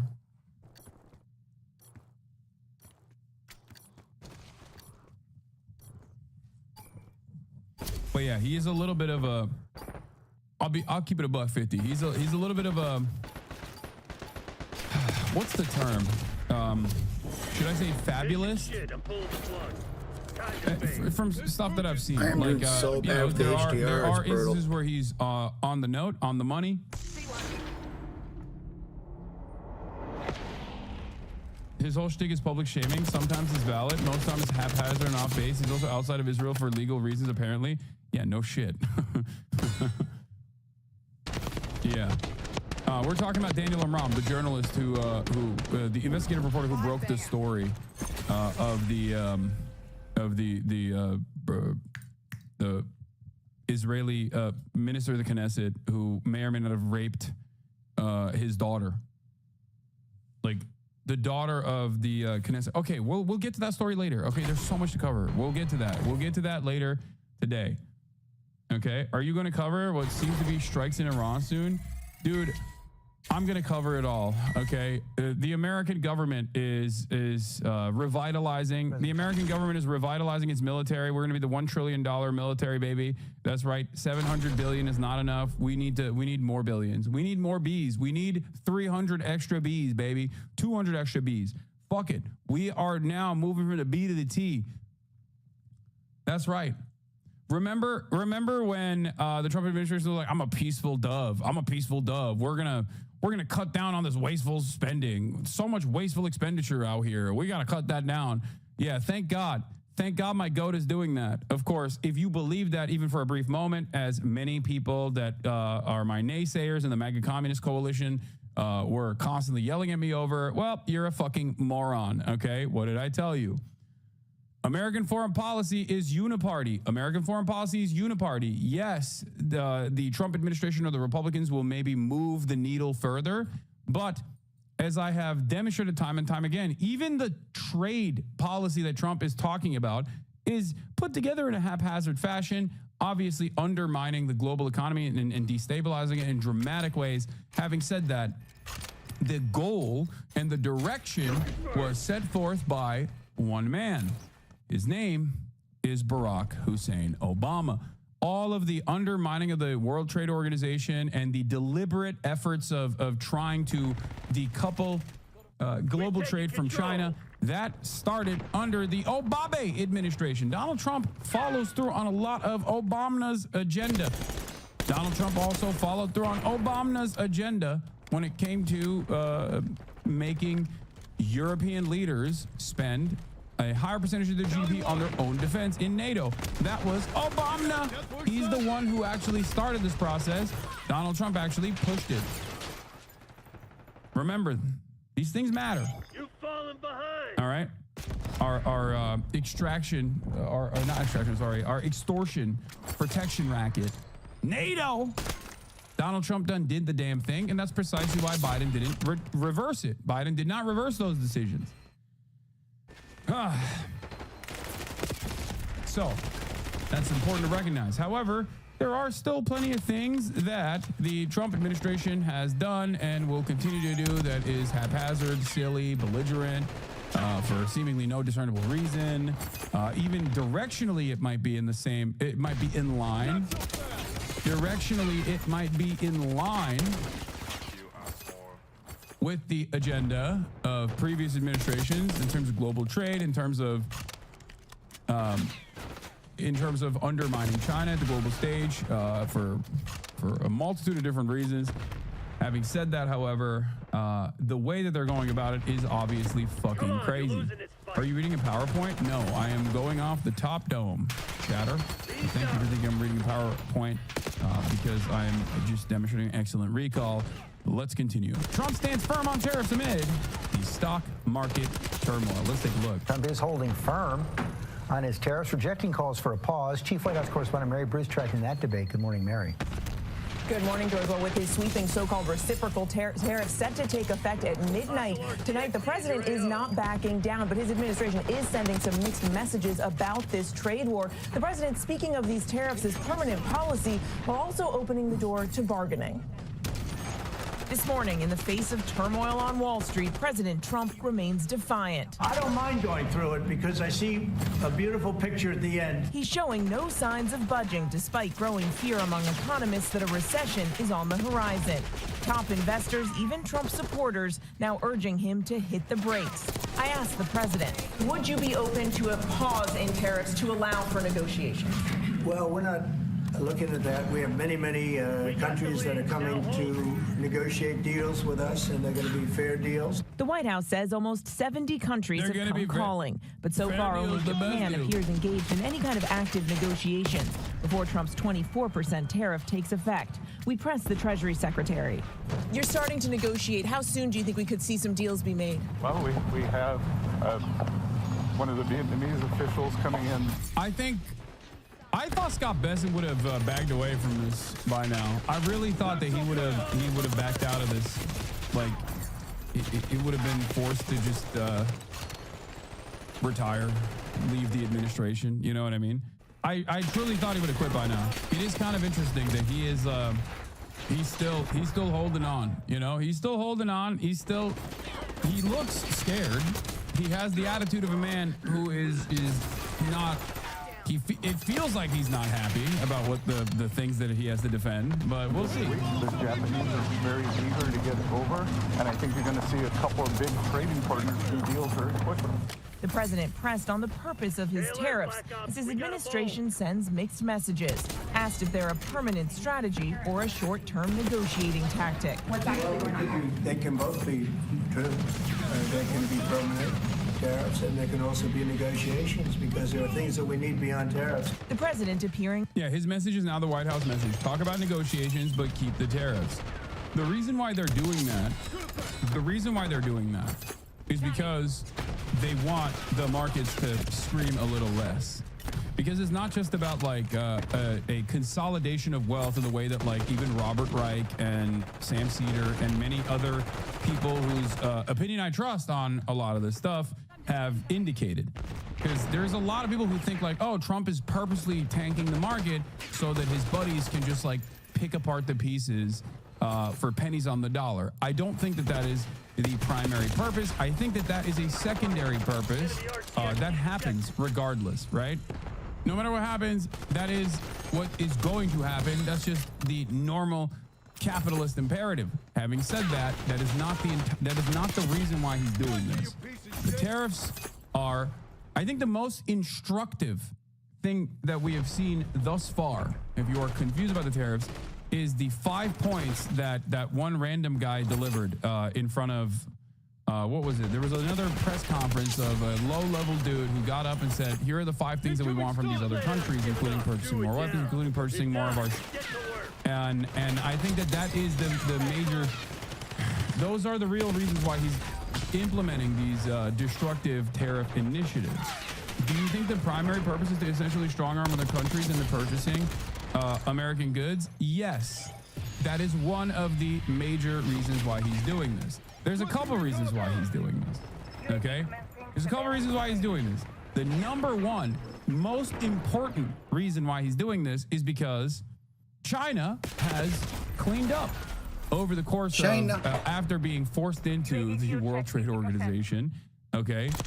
China, utilizing state subsidies and its command economy, has absolutely dominated the rest of the planet in terms of trade. And other countries don't look to that and go, wait, why don't we also have a higher degree of socialization and try to implement a command economy? Instead of doing that, other countries decided you're cheating. That's basically what this is.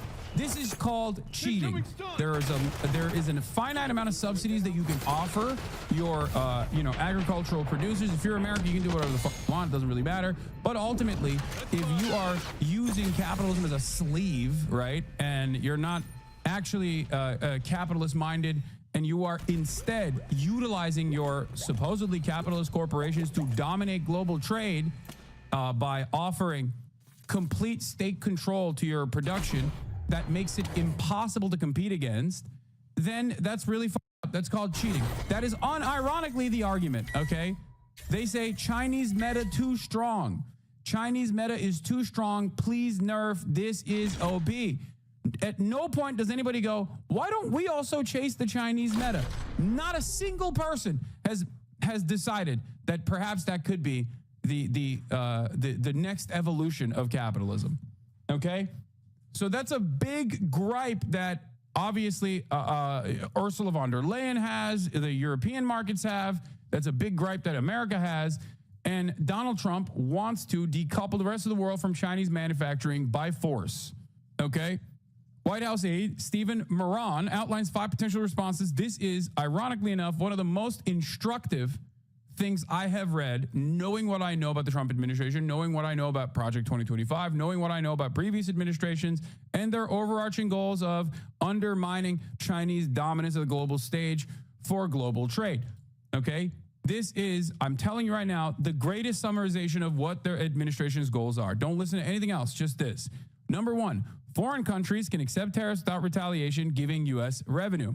Number 2, they can stop the unfair/harmful trade practices and buying more from the U.S. This is the major part. This is what they want to do. They want to forcibly sell our hormone-induced beef to other countries at the higher price points that they can't even purchase at.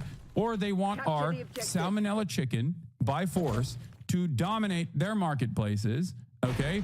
Or they want our cars that they cannot drive in their roads to dominate their roads. This is what it is, because other than that, what else do we sell? Weapons. And also, of course, services. We sell a lot of services. The entire global economy revolves around services. Financial services, tech services, things of that nature. Okay, those are the things that we sell, and we already dominate on that front, regardless. Boost defense spending and procurement from U.S. and ding, ding, ding, there it is. This is the third and perhaps also incredibly important point. They want other countries to make up for the trade deficit by buying more of our weapons. Okay? Buy more of our arms. Please buy more of our arms. That's the only thing we have. There's nothing else that we have. We don't make we make weapons. The so nation you have exists. to buy these weapons.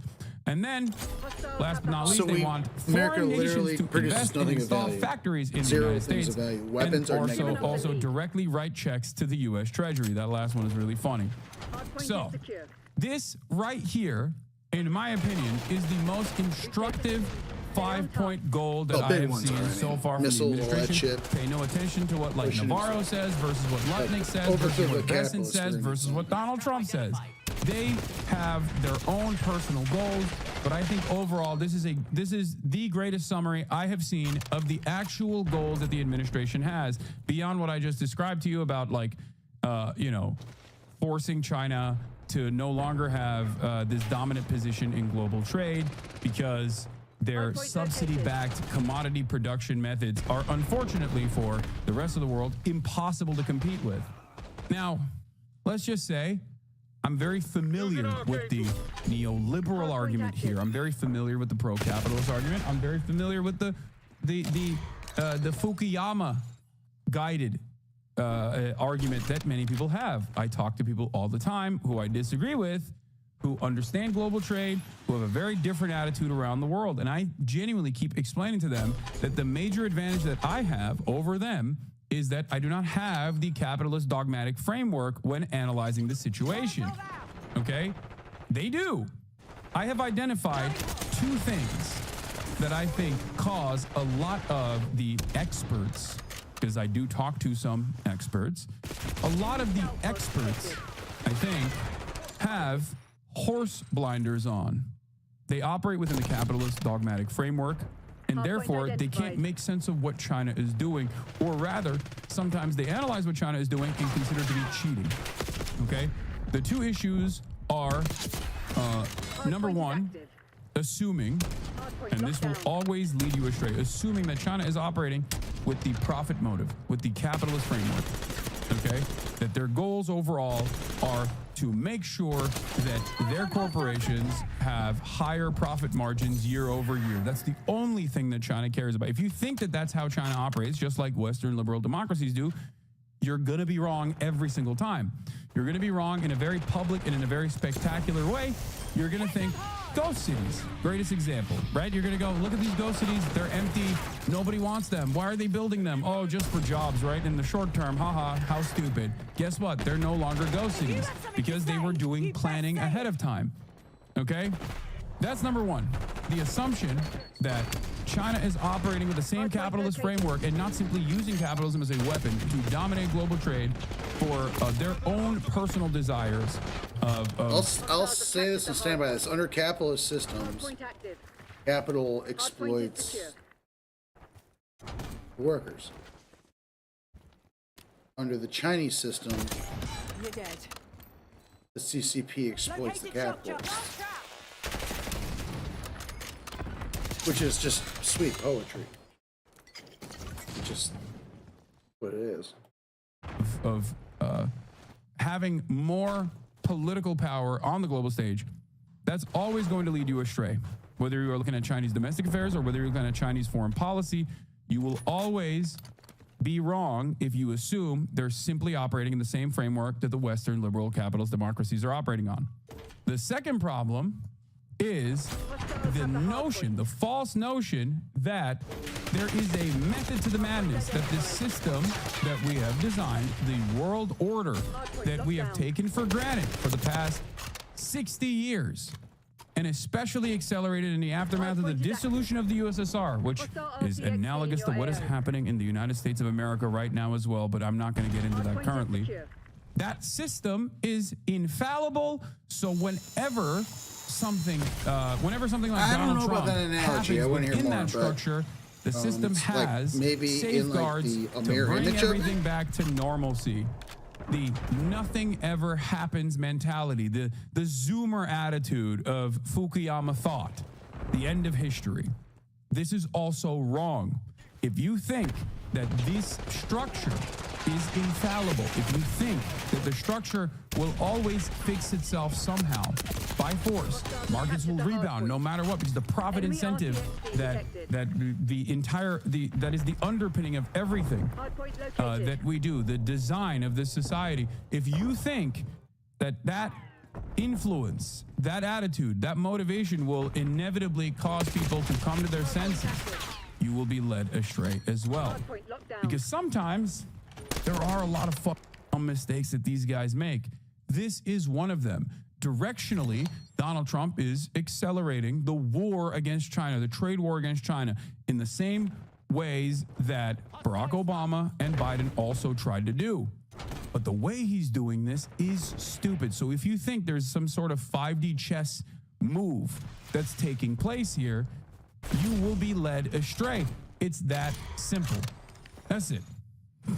So remember, if you think China is operating within the same capitalist mentality that our country is operating under, our liberal democracy is operating under, you will always be wrong. You will always be wrong.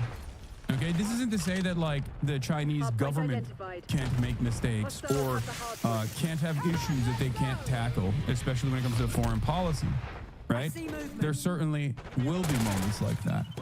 Having said that, if the underlying attitude that you have is that they also have corporations and corporate interests that they put in front of their actual national interests, whether it be domestic policy in their domestic affairs or foreign policy when it comes to foreign trade, if you think that they care about the corporate structure, they care about the corporate interests, you will always be led astray. Okay? Remember that. U.S. is, by the way, speaking of which, U.S. to impose 104% tariff on Chinese imports from April 9th after Beijing misses deadline, says White House. Fantastic stuff. Let's see how the markets perform after that. I wish China was more like the USSR when it comes to foreign policy. I will not say that, because while China is only invested in China and nothing else, seemingly they are more resilient than the USSR. This is one of the examples. Okay, Chinese foreign policy revolves around making China undeniable, an undeniable force in global trade, an undeniable necessity for global manufacturing. They look at the markets, they looked at the neoliberal design, they looked at free trade, and they said, we will use this to our benefit. That is the reason why it is incredibly costly at the domestic level for an American president to try to detangle our complex, interwoven trade relationship with China. Do you understand? That is, in my opinion, China learning from the USSR's mistakes, or rather, I wouldn't even say USSR's mistakes at that point. It's just like it was a very different time, very different technology, very different tech availabilities for the USSR, and also very different material circumstances post World War II for the USSR. So for me, I think they see it, they recognize it, and they are moving in a way where they become impossible to avoid. Unlike the top of the hour ad break, which is very possible to avoid by subscribing for $6 or for free with Twitch Prime. No tariffs here. It's still $6 or for free with a Twitch Prime. By connecting your Amazon Prime account to your Twitch account, you get one free Prime subscription a month. Use it on your favorite broadcaster. Hopefully that's me. You can also get gifted a sub. That's also a double ad break debate because I'm not actually serving ads. Once again, that's a double ad break debate. No ad will be served. That's right. I wanted to break your brain a little bit. Yes, $6 for now. You can also get gifted a sub. This is the best way to support the broadcast. The Piker Broadcasting Service is sponsored by you. the members, the subscribers. Subscriptions will give you access to wonderful emotes that you can use all around the platform, and also maintain my editorial independence, and also simultaneously cool badges that you can show in the chat. And a way to avoid other restrictions, like sometimes subscription-only chats. All right. Also, where is it? Where is it? Thank you, John Brown's Holy Ghost, for the 15 community gifted subs, and Sale Cap for the 15 community sub gift. I'm manufacturing because every future ad breaks. It's true. I am doing that. I am doing that. Yeah, boy Mills. Also, thank you for the 5 gifted subs. Yeah, but China's still trading with Israel. Would you rather have imperialism disguised as sustainability or an anti-imperialist regime? Yeah, no, I think it's also China is doing that. I mean, I talk about that all the time. That's why I say China is only interested in China all the and time. Nothing else. And even then, of course, like one country is trading with Israel, the other country is giving Israel nonstop, endless supply of weapons and political capital, social capital, and defending Israel. So China is anti-Zionist in comparison to America. Okay. Having said that, of course, they are not anti-Zionist, and they absolutely do collaborate with Israel. They have given Israel surveillance. Whether you like it or not, like Israel's a global player, an economic force. They must be dealt with. As far as the perspective of China, but they have not endorsed. Because it's a global economy. Everyone trades. Everyone. You have to. That's Karl Marx predicted this. There's a single market because only certain things can only be produced in certain places, and everyone wants a piece of it. And to make it fair, it's got to be we got to work shit out. And America's losing its influence in that dynamic. Because of the capitalist class. I'm just going to say that shit. The capitalist class is like a dead class. It is struggling to survive and unable to face its inevitable end. Its extinction as a social entity, as a class in itself. Capitalists will sell you the rope to hang them with. That's the ultimate crux of capitalism. They will let China, they will let a communist-led government, the Chinese Communist Party. They are unapologetically communist. You don't know where you're fucking enemy.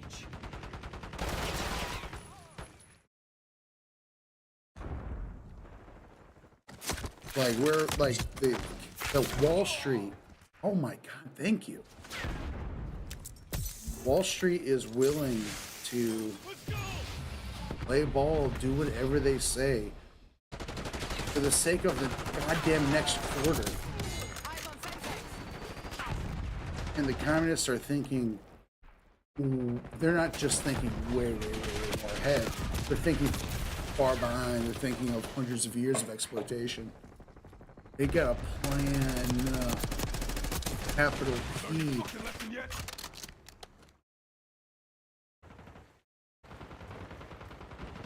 And capitalists are willing to sell the Communist Party of China the rope to hang them with for the sake of the next period, for the sake of short-term.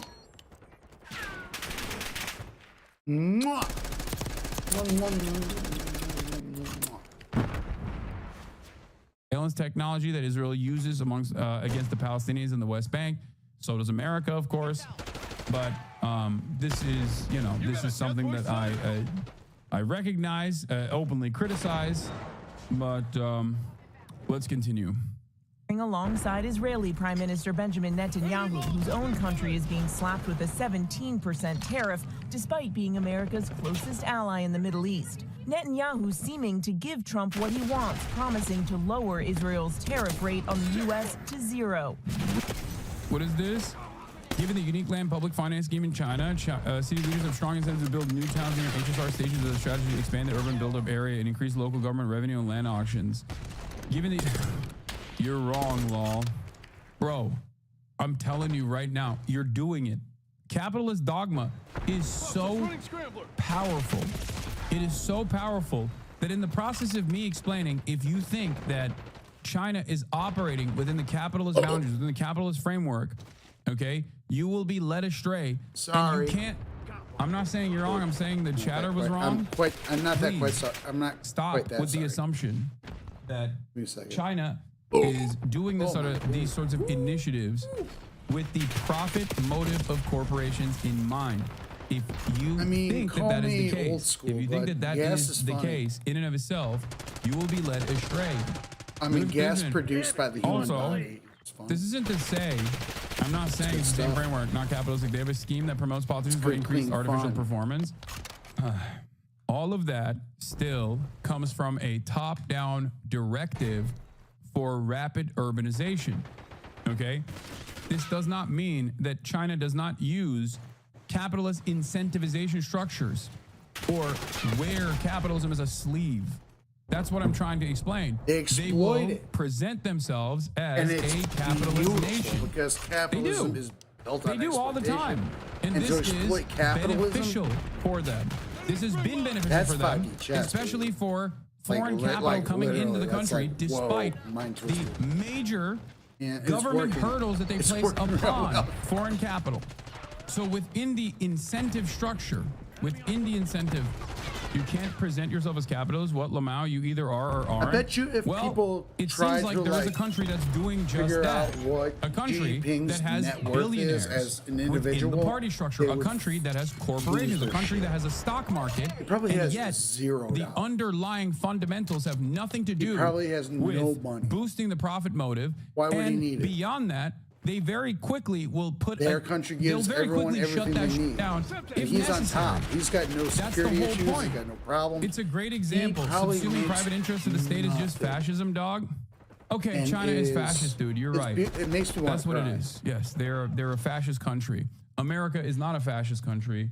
America is a capitalist liberal democracy. China is a fascist country. You We got do it. have a fascist. Words a actually fascist don't mean in anything. the executive. By that logic, USSR was fascist. We I have mean, yeah, liberal Democrat, liberal shoulders with fascism capitalists for do unironically make this goddamn argument. near They a think century. that. Yes, they do think that. Look, I'm not gonna keep talking about this. It's okay.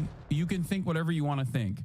But there will come a day, and I think for a lot of people, they are coming to that recognition right now. If you have pumped your brain full of China is going to evaporate any day now style videos over and over again. China is the worst country on the planet. It's- blah, blah, it's blah. obvious. All these I mean, videos it's over and over laughable again. at this You point. probably will find yourself Especially a at little this point. confused in this process. I mean, don't. even and that's the like reason why I'm a Wall trying Street, to help you develop a like, different fucking perspective goon. on the way that China Feel like- operates to the best of my ability. I'm Yeah, not the most China is, knowledgeable either like, on this they're matter. kind of killing it. Do you see what I'm saying? We will And we're helping eliminate because the trade they deficit. can make USSR money was fascist. in the What do you short mean? term. Even with that assurance, Capitalists Trump's don't think still about not the long-term committing to future. reducing the Never have, tariffs never on will. Israel. Maybe not. Maybe not. Don't forget. Just like as long as we help are in Israel charge right alive. now. On we can- Capitol Hill, we're Republican good, leaders good. publicly shrugging off concerns, arguing the president's plan will take time. It's like not in like a healthy, But like, among some rank and file members, timelessness. dissent is growing. 7 Like, Republican senators now January. joining with Democratic Senator It's just Maria kinda gross. Cantwell It's just to introduce a long shot It's bill gotta that get would worse than require the this. president to notify Congress of new tariffs. Things can't that Congress get would need worse. to approve within 60 days. A similar In bill in the perpetuity. House brought by moderate Nebraska Republican Don Bacon, but neither likely to People understand communism is an evolution of capitalism, but not understand that a transitional state might use a global capital structure to transition away from it. Yeah, but the problem is people don't understand that communism is an evolution of capitalism. They don't. They think it's a totally separate thing that that is very scary and bad. I have an idea. Like communism means no. I might put my mic on. Actually, you know what?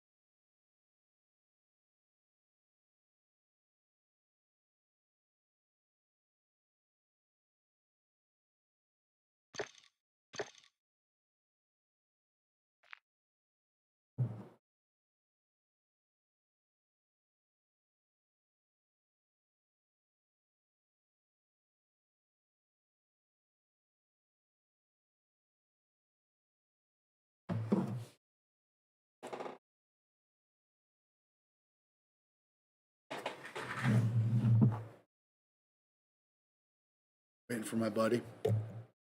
Gonna jump into El Masra. We're going back to 2020. Ooh.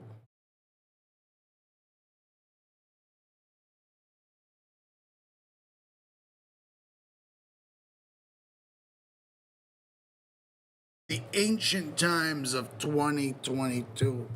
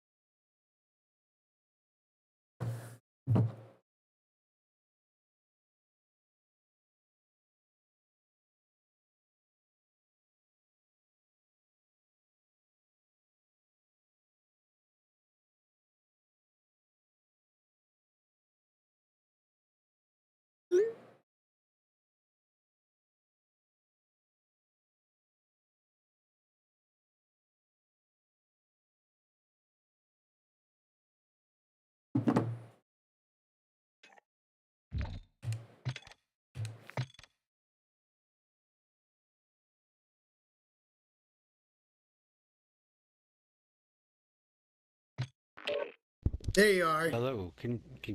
There it is. Yeah, I just as soon as I sent that, it, It popped up. Yep. Perfect. Yep.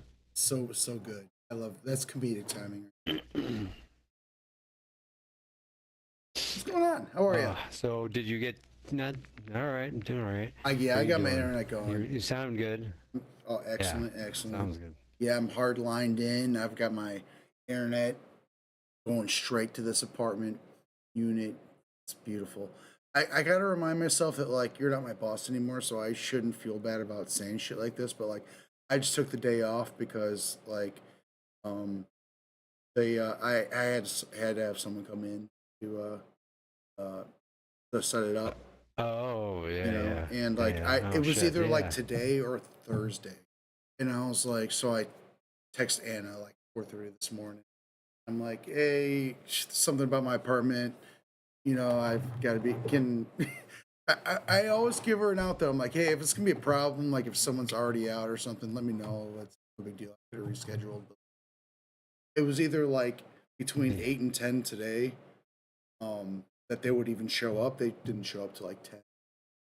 They weren't done till like noon. Of So, course. you know, but it was cool. The guy Oh was my super. The God. guy was super nice. I mean, it was a weird kind of. I don't know. Whatever.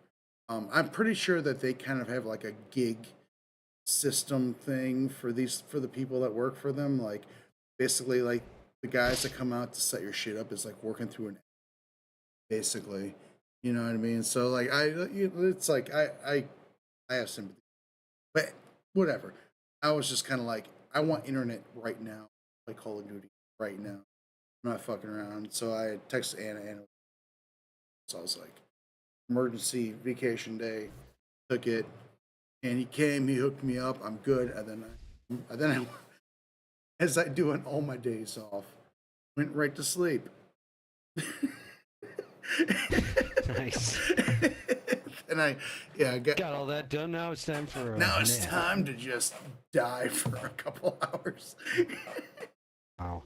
Anyway, what the hell did they have to do for? Well, yeah. If you want to just jump into a match, I don't know. What you Sure. want to do here, But Let's. I'm pretty much set up. Are you? I'm gonna bring a key, so we're gonna have to go for the pyro. If Sounds you're good. up for Oh, it. absolutely. I've got my list up for shit I need. Besides that, I'm actually, well, shit. Let me bring my I'm gonna bring in Bender. He's got a UAV. we can shoot this out if we actually get into proximity.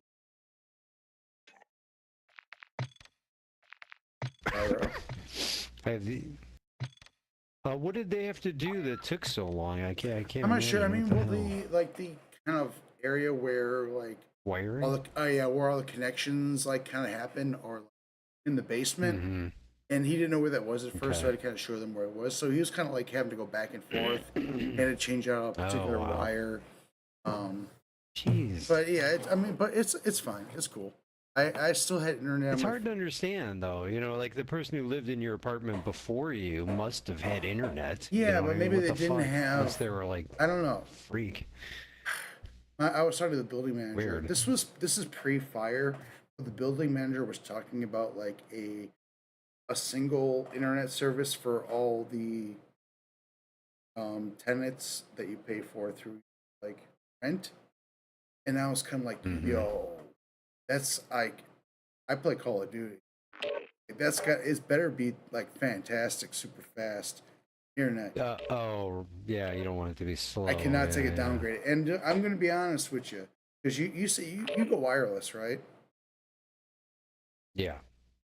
I mean, I went wireless for a couple days, man, and now that I'm back at wired, there's a difference. There's definitely a difference. It's not a huge difference, but it's like you'll get kind of. I was getting like kind of like almost like stutters. You know, like I would. It would like. I mean, that's classic lag. It was lagging. And I would get it every once in a while, not always. And like, I didn't have a lot of problems in gunfights, but like, it would just pop up once in a while. You know, and like, I'm basically like in the next room as far as like Wi-Fi. Like, I was like pretty. I mean, as much the best of as good of a signal as you can get with as strong of a signal as you get through Wi-Fi, and I can tell the difference. Wired. So I'm gonna say. They break up? Yeah, I did a little bit. I can hear you though. I got the gist of it. Intel and loot to gain access to new missions. Enemy threat is high, so expect contact. We are on top of the wrong thing. Oh yeah, full tower. He's not there though. Which key do you got? There. Guess what? He's at the embassy because the weapons case is there, and I got a key. But we have to go to the shop or a shop on the way. Let's go to one that's on the way. Like, I know, but isn't that right by the airport? You think that's dangerous? That's only 100. Yeah, let's try it. Let's do it. I hate the fucking airport. Maybe we can go. There's a bunch of guys down here too. You see all those So dudes? do you think we should just start pushing? I think we go the other way. Yeah, because the fucking airport's a nightmare. Let me see if there's a Pike marked. There's a bike over that we can. Of course, it's so open. Yeah, this sucks. Not that we're not open now, but that way. And this is. I mean, we are sitting. I just hope no one sees this. I'm gonna unmark this.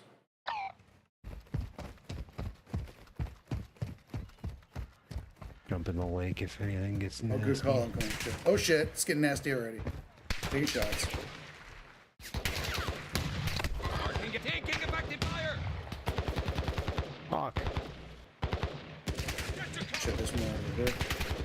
Oh, they're now they're all coming in. Fuck, I'm getting in the water. Alright, I just took out 3, 4. Alright, I'm jumping in the water. It's down here. I got my sniper so I can see. I'm gonna try to push it. Alright, I'll hold. No, you're good. Keep going. I'm under the water. I can go fast.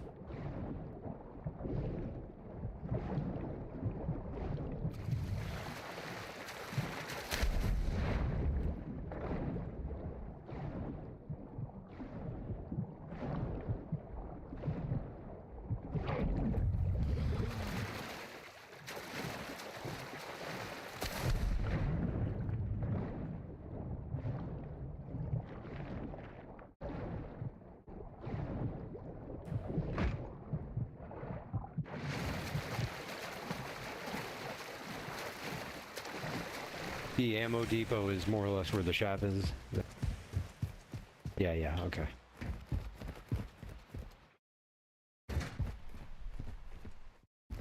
Quiet. Be quiet. You got eyes? I'm looking. I don't see anything yet. Scooper. I think the most we had to figure is bridge the train.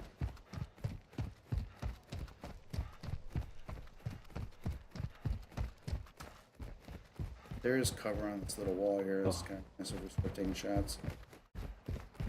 Alright. You might want it. You got a plate and a half. I don't know if you want to do it. You know, I'm gonna save it. I'm gonna save it if I get it. Yeah.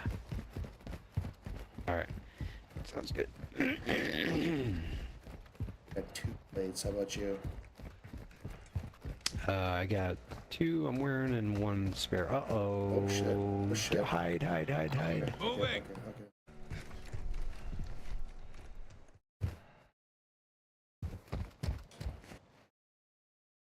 Go on.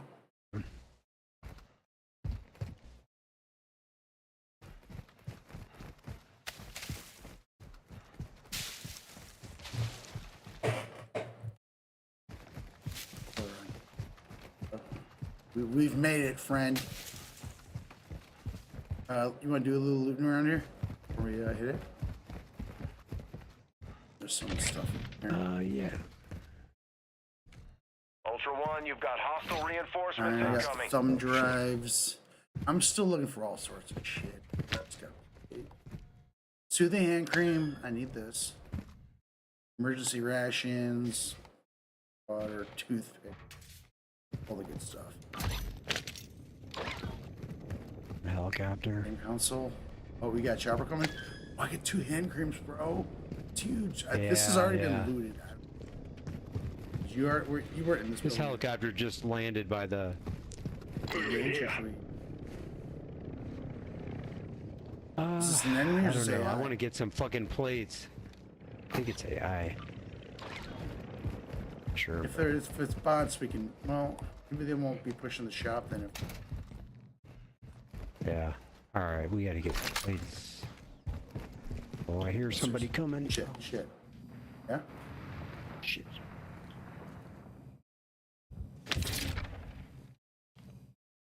All right, I'm in.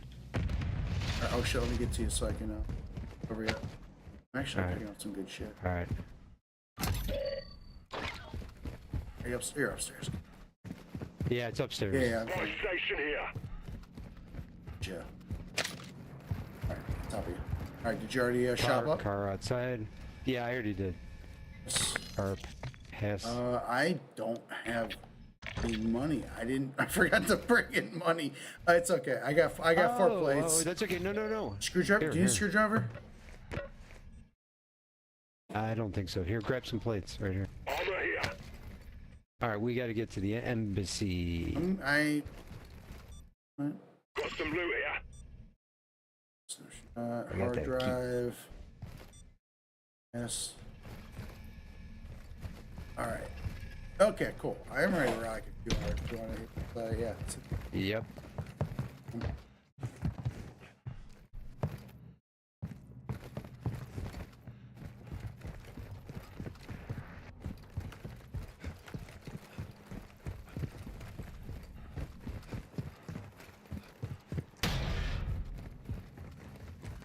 Oh, imported tea, yes. Dude.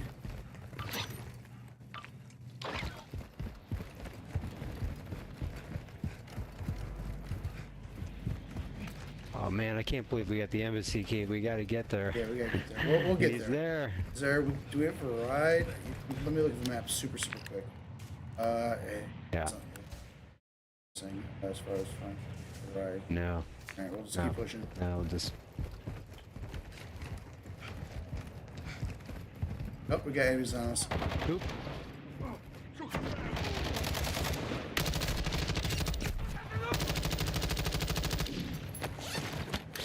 Oh shit! There's a car. There's a car nearby. They're going. Might just be going by though. All right. Right here? Oh, guy right here. No?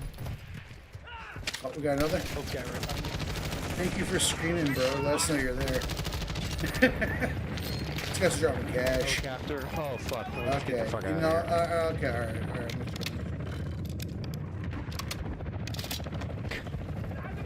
Oh shit. Shoot. That's okay. Let's go around.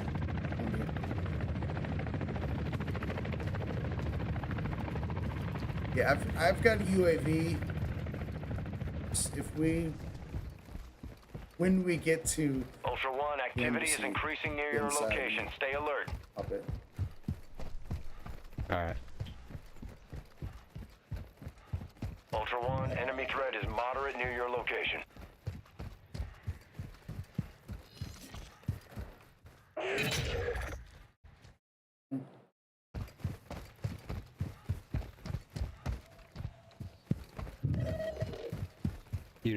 You gonna go up or down? Stay low. I think low will take us right there. Yeah, looks good. I'm gonna go right. I do have a stronghold key, and we're. There's guys down there. I think there's players down there. There's a player. Yep. Sniper here. What do you want to hide or you want to? Oh. I guess. Let's slowly keep the empty. Oh, right. Oh, there is it. If we get a shot on him, should we engage or should we not? Do you have a silencer? No. I do. If we do have to take someone out, let me do it. So we don't ourselves. Loading AP rounds. Marking enemy light moving here. Oh shit, okay, so I just saw 2 bullets drop. I think that there's players inside the stronghold. I say we push away from the stronghold. Alright. Let's cross the water and then towards the Alright. Yeah, I saw 2 bots drop. I mean, and I was like, someone's murdering bots, so let's get out there. There's at least 3 players too, so we're outnumbered. Ultra That's One, never you've got good. hostile reinforcements incoming. What about that? Whoa, are we in St. Louis? Yeah, right. El Mazra Arch. Oh, you're in the water? Okay. Yeah. Actually.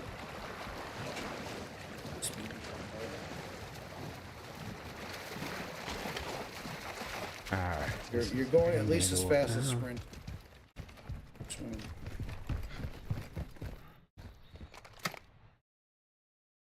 Okay. I'm thinking about getting back in the water, bro. Alright. Good enough. Yeah. Safer. A little bit. But maybe this is the end of the road. We are way closer to the exit right now. Oh shit! Oh god damn it! I took out 3 bots. There's 1 more. Nice. Oh, a couple more. Oh shit! God damn it! Give me your weapon. Give me your shotgun, you asshole. Ultra One, activity has increased in the area. Oh Keep my your god! eyes How open. many are there? And we got a chopper too. And here comes the train, but shit. Who's shooting? I don't know. Could be somebody on the train. Yeah. Oh, yeah. Someone's trying to unlock the safe on the train. All right. Yeah, that's not our problem. Not our problem. Let's get the fuck out of here. So I have a key to the embassy, but I wonder. Oh shit! Oh shit! All right. Should we still try to do it through the roof, and then maybe the key will get us through the roof, huh? We can try. Yeah, if you want to do that. Moving a weapons case through the So we have to parachute onto the ledge. We have to get to that tall building. if you want to engage. Sounds good. Right? Where is the tall building? Are you going towards it? Or Yeah, I think it's definitely going to be over here, right? I see it. There was a rope right here. Is this the building? I don't think it's the building.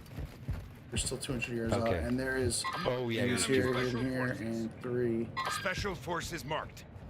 Want to take him out? I got a sniper. Yeah. But you don't have a silencer, right? You're armored up. No. I'm getting rid of them. I got my armor rounds. There's 4 of them. 2 of them are down. Shit, I gotta play it up. If you want to push, if you want to get on top of the stairs, this is a good spot to kill them. Get eyes. Shit, shit, shit. Oh. All right, let's get to that building. Good.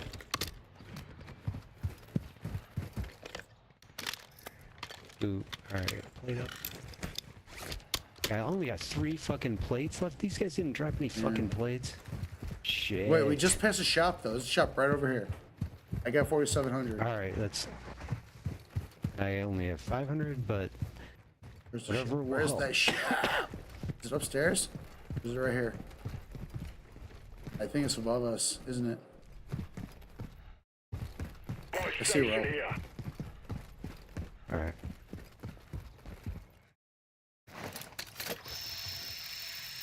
Yeah, it's definitely up there.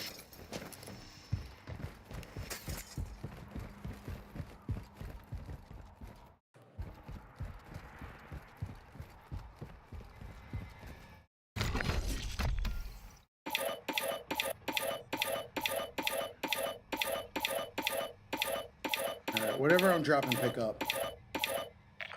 I'm looking for you. I lost you. Oh, I'm on the Found roof. some armor here. Where are you? Yeah, I am too. I'm on the roof running around trying to find Dude, you. which roof are you? Ultra One, you've got hostile reinforcements Okay. incoming. Oh, okay. I found it. I found it. I'm up here. I got 12 All plates. right, so How many now- you got? Holy shit. Fucking, how did I get 13? You dropped that many? Yeah, oh yeah. I just bought a All shit ton. I spent every. Okay, I had so is 4,700. Wait.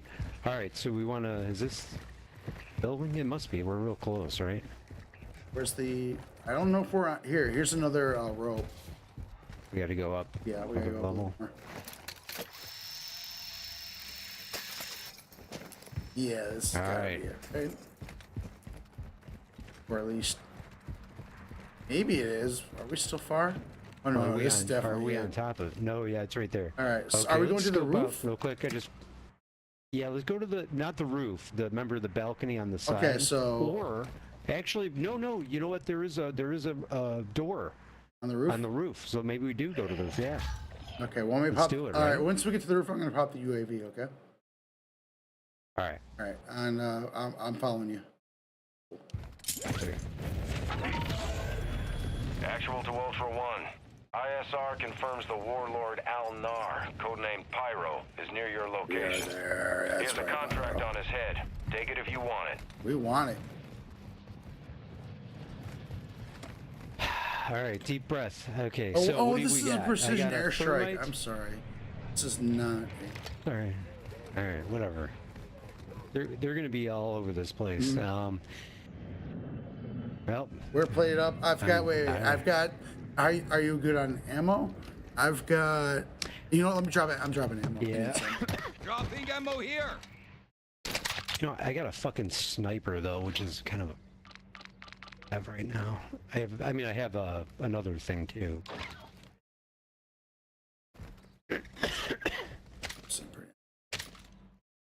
Play it up. I got 12 plates. Yeah. Let's get in there, just murder everyone, and then once you see Pyro, I've got 2 fucking Semtacs. I'm saving them for a shield. Opening it up. All right, let's go.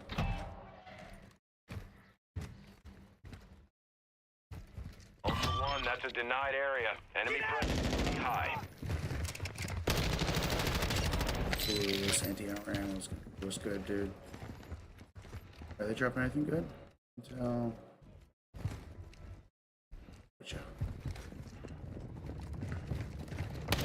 Oh, shield. Oh, wait, he's dead. He's dead. Nice. Nice job. Yeah. You took that guy out from the head. I'm reloading. Behind, I'm reloading. Yeah. Okay. All right. Dude, this is fantastic. Yeah, if we take turns. Oh shit! Got another guys. shield. Got another shield. Oh shit! God damn it! I fucked that up. Son of a fucking. We draw them out. Maybe. Yeah. Oh shit! Oh shit! Ultra One, you've got It's turning around. incoming. What? There, he's dead. Nice. Increased activity in the... All right, this guy's down. All right, all right. Coming for you, Pyro! I got an orange case. All right, where? Shit, oh shit. All right, I'm reloading. Are you, okay, you're on, cool. Remember thermite, Oh shit, oh shit, oh shit! I'm down, son of a bitch! Fire over here. I've got you, Jake. Oh my god, oh no! You are taking effective I'm self-reviving. All right, be careful. Oh my god, you sack of shite. I can't. If I was able to kill him, Hang on. Oh god.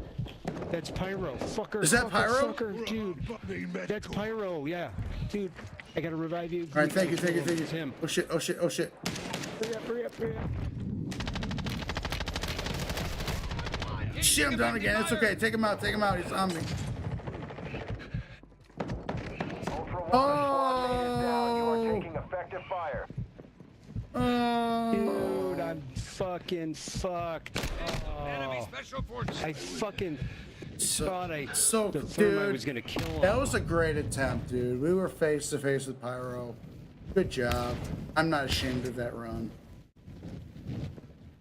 Yeah, we came close. That was like getting close to killing the chemist, not quite doing it, but it was kind of like, yo, we got close. That was. I almost felt like we had him because I had like a bunch of really good shots on him, and like I had my anti-armor. I was ripping up his armor, and like. Excuse me. Yeah. I'm gonna see if it.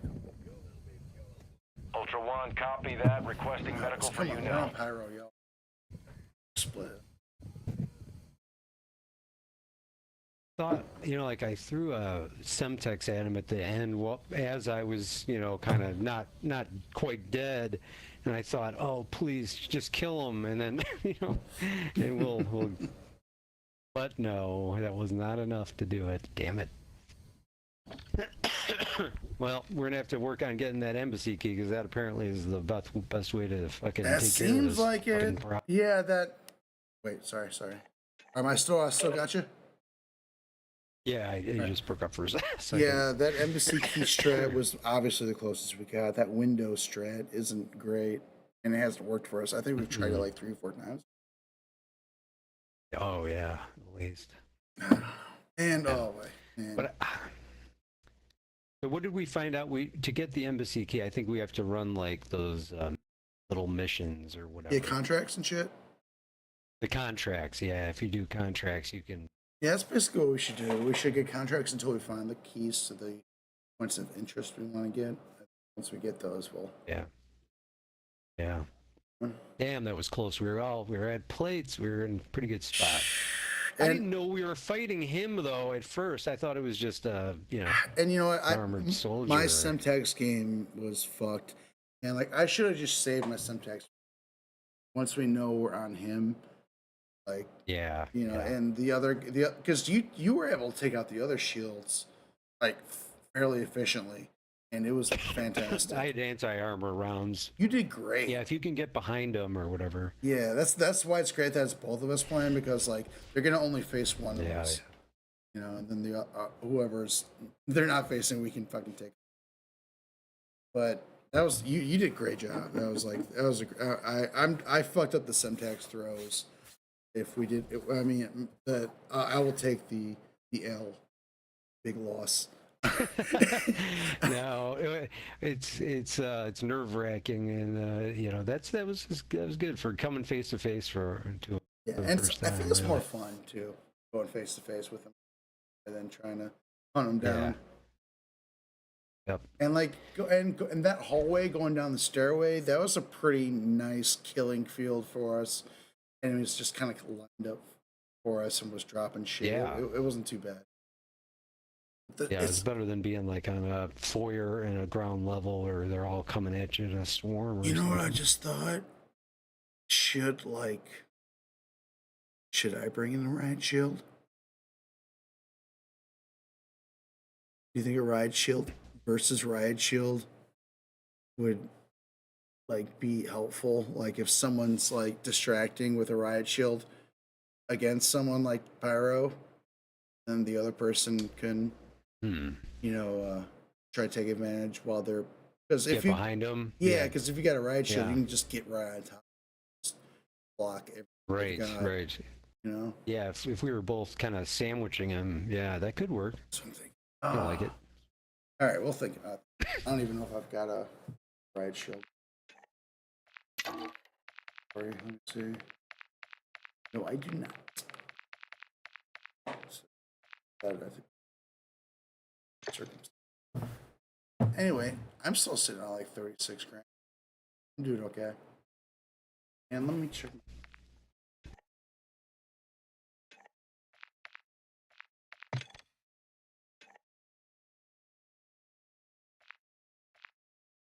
So I still have super.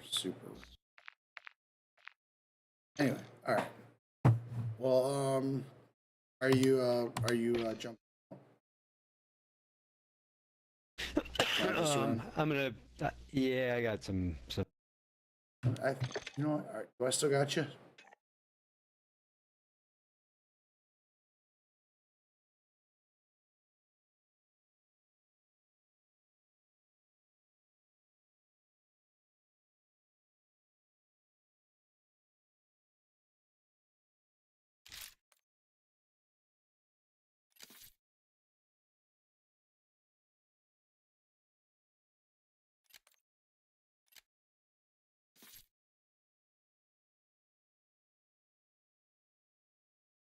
Hello. Yo, hey, I'm sorry. Hey, I still need to get a couple of lethal kills for my. Oh. Yeah. Setup. I unlocked the HDR sniper from the battle pass. It's insane, of course, just like all the snipers. Yeah, I'm good. I'm good to go. Machine. And apparently, Ace just put out a video. There's another AR in the battle pass. I haven't unlocked it.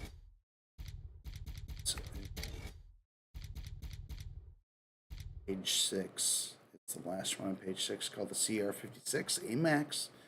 Apparently, it's really powerful. Well, just based on the title of Ace's video.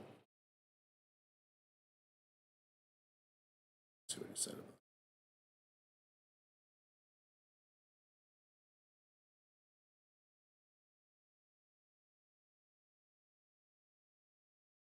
The CR56 AMAX is a beast, according to Ace.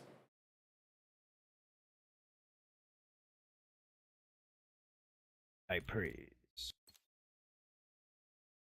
I like the Kilo too. Yeah, these are all good weapons.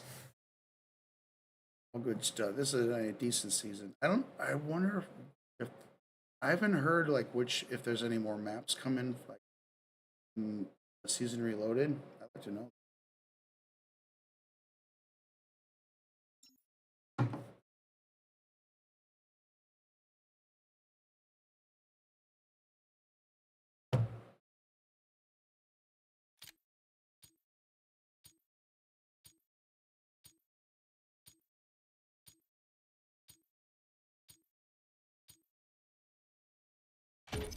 What our challenges gotta do. I gotta get some text kills, some point blank kills, and kills aiming down sight. They're really not Easy peasy. not anything hard. Nice. We're pulling ahead. Let's capture the hard point. This shit ain't working. We've lost the advantage.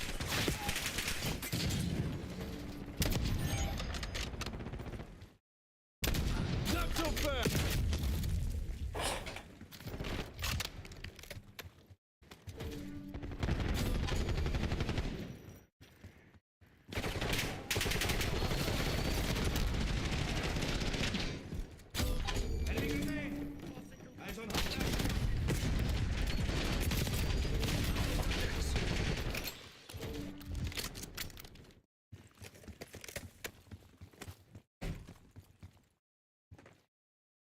Hardpoint identified.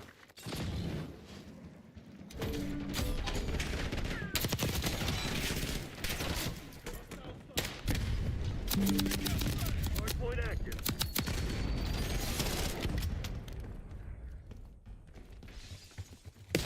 At the hardpoint.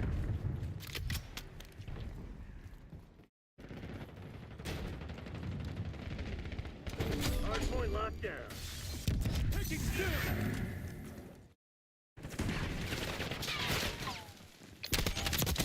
Good effect. On one. You got a network, son? Hostiles have captured the hardpoint.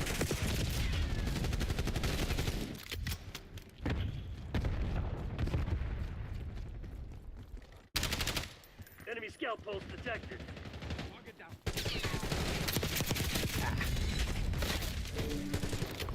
Hardpoint located. But that one text I sent you before about Democrats being okay with like Trump trying to run for a third term if they run Obama for a third term. Oh yeah. Like it's why are they talking about they're this like it can happen, man? It will be the death. Why entertain it? Yeah. It's absurd. Should not even be talking about it. And the fact that they think Obama could beat Trump shows you how out of touch they are. Trump will demolish Obama. He will destroy. I mean, I don't know what. Where their heads at? What planet are they living on? We are so far away from 2008, at the peak of Obama's like popularity. Yeah. Like he is not. I mean, he's. I fucking hate Obama. I mean, he's a goddamn Republican masquerading as a. Hardpoint active. In a lot of ways, not in all ways, but in a lot. Hardpoint locked down. And centrism is dead, and it needs to fuck off forever. I'm done with it. And all centrists should be shot into the fucking sun. Kamala Harris coming out. I told you. Told us what? Loser. Yeah, I don't really need to see her at all anymore ever again. For sure. It's like I heard like centrists are just brain dead and just completely out of touch with reality. Like no one wants to see you. Go away. Fuck off forever. And the fact that the media will give you the time of day is like, it's absurd. Like it just capitalism is dumb as dog shit. It's like it's completely disconnected from me. I don't want to say I told you so. Shut the fuck up. Told you that like you should have, that you would lose if you didn't change your policies. We told you so. Shut the fuck up. If only we'd given her more money. Maybe she would have won. Maybe $2 billion would have did it. $1 billion wasn't enough. Yeah, sorry, Kamala, it's our fault. We didn't vote for you hard enough. Dumbass. Oh shit. I'm so done with these. Fuck Obama. Fuck Kamala. Fucking all these dickheads. And Cory Booker better stop he better start filibustering for something instead of filibustering for nothing. Like, can you save that energy for when it's needed instead of like some like for just based PR essentially? Like, hey, look at me, I'm willing to do nothing. Shut up. God, these centrists are morons. They should all be just like bashed into. Hardpoint locked down. Heard that shit. And it's losing. It is like a losing strategy, and that has been proven to be a losing strategy over and over and over and over again. And they still like what is the whole definition of insanity? Doing the same shit, expecting a different outcome.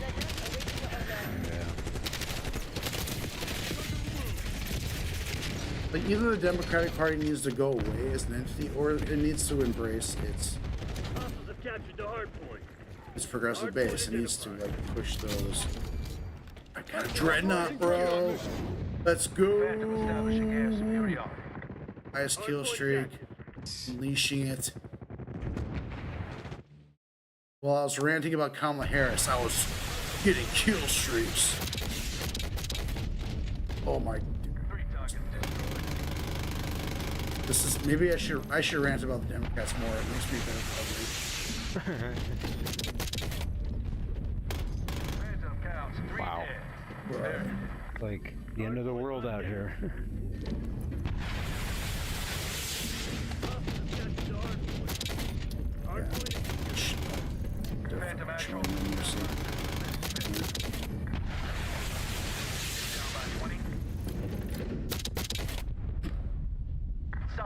Are they?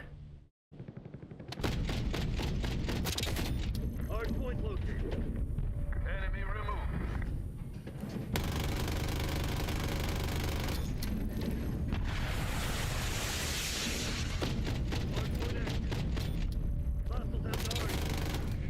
Let's go. And then I drop the big bomb. Dreadnought's quite the kill streak, dude. It like lasts for like 10 minutes.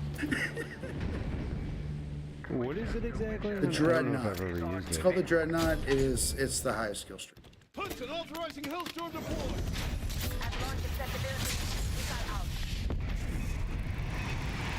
And what is it though? I mean, as far as it's like you're like a plane high in the sky. You have 3 different weapons you can use between like different bombs and guns and shit, and like you flip through 3 of them, and it's just you're just way up in the air.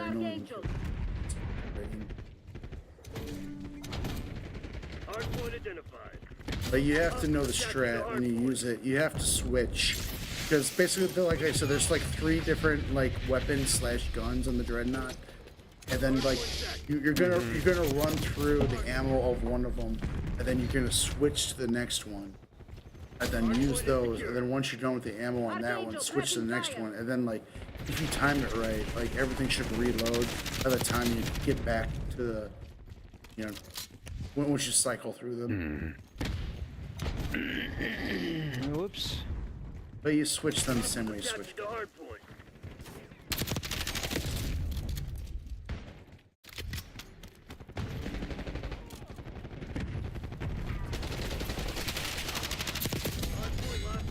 This is my game. I haven't even looked at this. I haven't even looked at the scoreboard. I mean, in a long time. You're planning on giving up. Do it now. Come on. If not, get to work. Hardpoint is secure. Let's do the baby with calling it.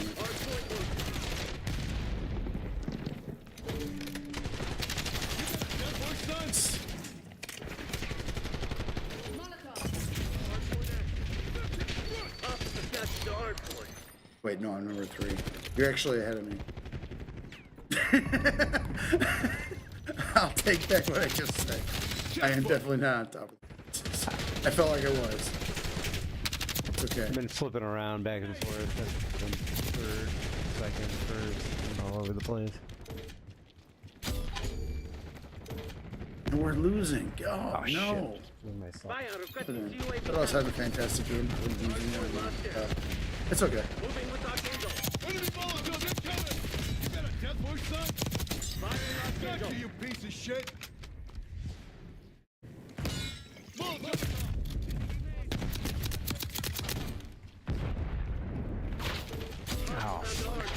God, I still need 2 more lethal kills, dude.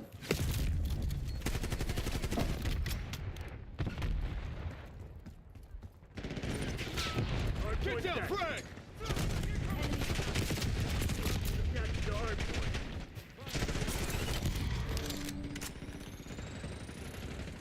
And like, I haven't finished my challenges, and like, outside of the time that we played DMZ just now, like, I've been playing for 3 hours. I'm streaming it to no one as usual, so no worries.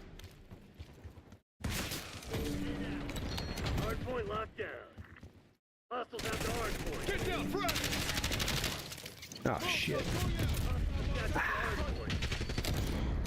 I feel like we might be able to pull off this match.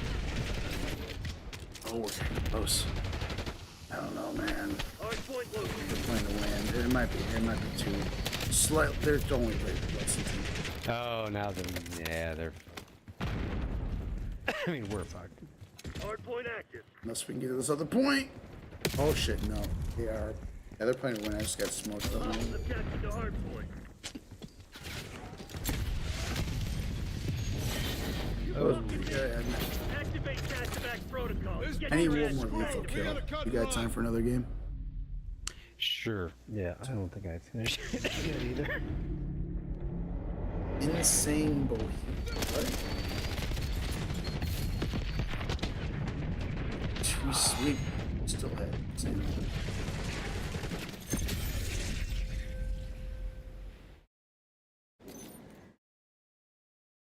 Cappuccino.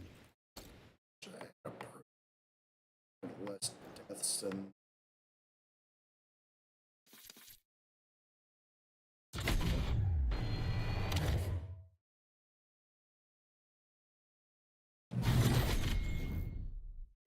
Yeah, I need one more lethal. I've been playing for hours tonight. It's taking me this long to get 10 lethal kills. Wow. Maybe that's a sign that I need to switch out of the Molotov.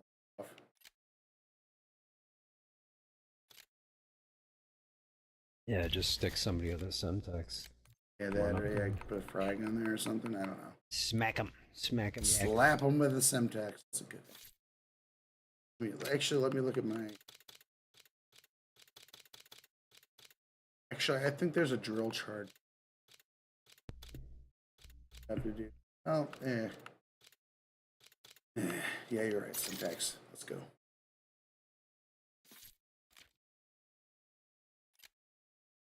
Going for classified.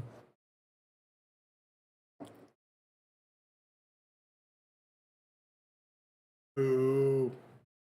We need more maps in this game. I wish that, like, in Season 4, we have 15 new maps. Whoa. When is that supposed to come out? Who knows? They don't have an official date. I mean, how long have these seasons been lasting? When did Season 2 come out?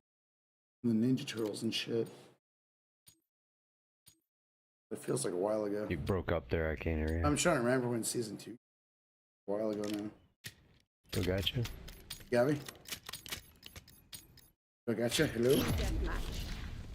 Destroy the enemy. Uh-oh. Don, mic check.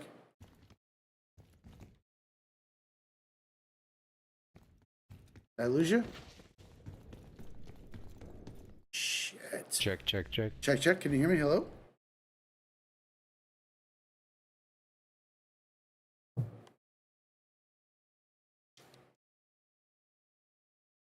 Anything? I know. Can you hear me? Hello? Shit.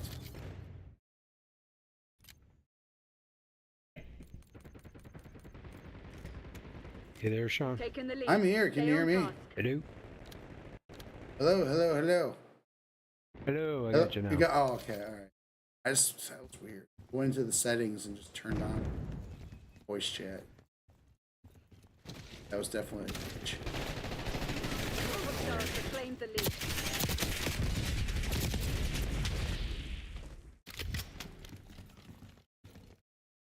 They just cut off for reason.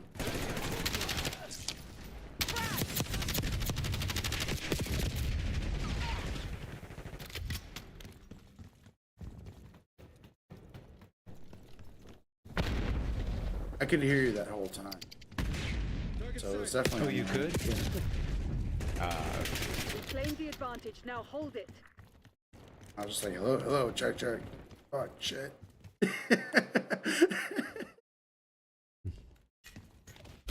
Move it here. The lead is ours. Throwing Semtex. It's nothing to snipes.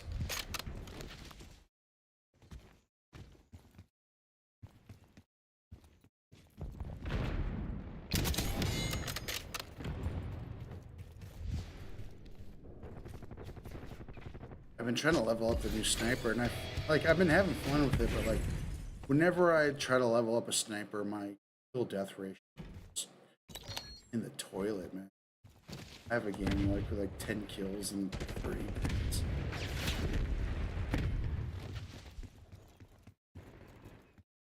I didn't realize it.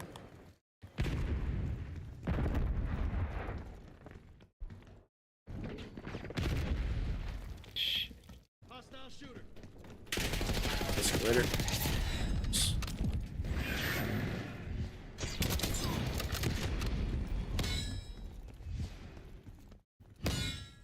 I don't hear any no more over here. Really? I wonder why that is, because I hear it. You hear it right now? Yep. Frag thrown. Maybe the game is just turned off. Like it might be turned off. I hear, you know what I mean? All right, let me. Yeah, because I have the I have the music turned on, but soft. Audio. Oops. What the hell's this guy doing? Gameplay music, yeah, man.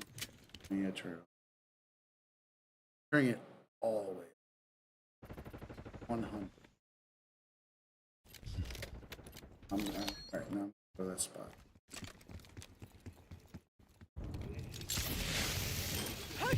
Yeah.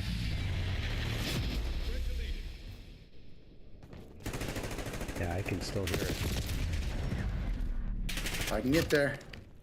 Alright, okay. Spawn that spot.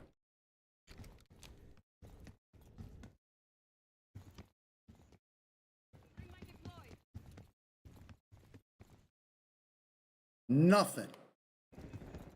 Nothing. Am I at the spot? Am I at the right spot? Right by the sign here?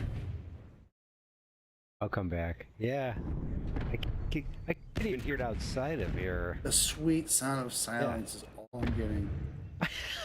Zero. Nothing. No Faith No More. No Mike Patton. No, you want it all, but you can't have it. Nothing.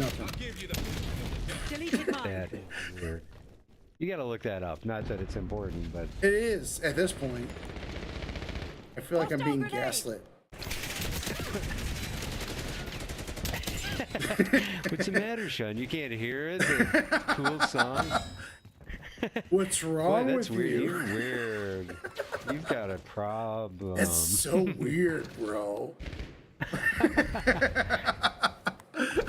And I purposely invented that. I created that website that talks about it just to fuck with you.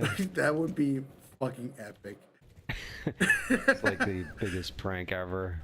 You know, I would. I already have ever, very high respect for you, and somehow would. If you were just literally just fucking with me.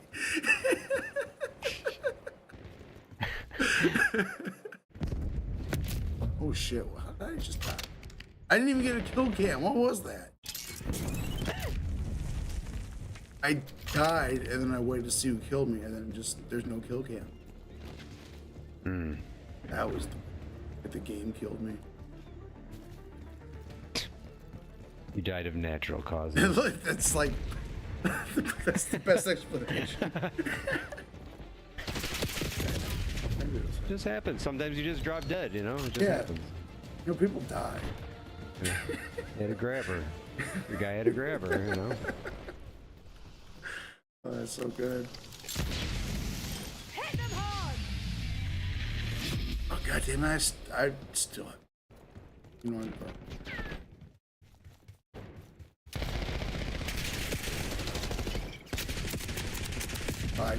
I literally just finished it in 2 seconds. All I had to do was think about it. I'm like, oh yeah, I should like. Yeah, I just finished mine too. Oh, awesome. Well, wow, that's chef's kiss time. This might be the perfect night of Call of Duty. Hostile RCXD in your AO. DXD.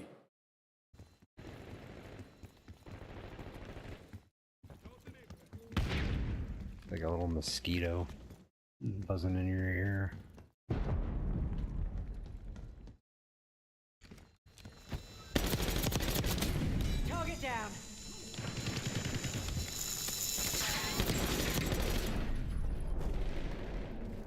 Wait, was that a friendly RCXD?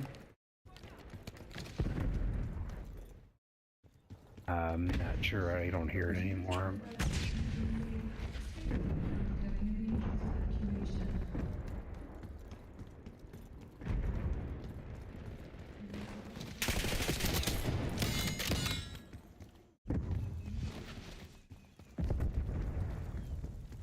No way.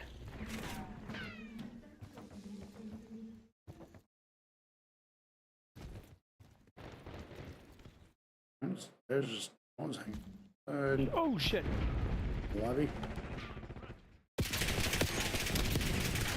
Oof. Yeah, the HCR is good, but it's not. Any sniper that'll give you like a marker and a pretty good shot. Excuse me.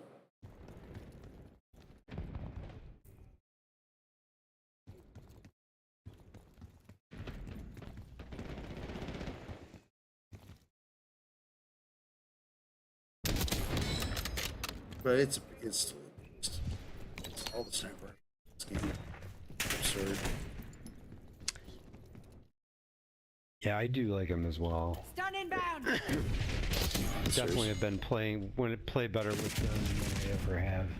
Not that I've been doing them a lot, but when I have used them, I'm like very happy. Sending incendiary. Stun.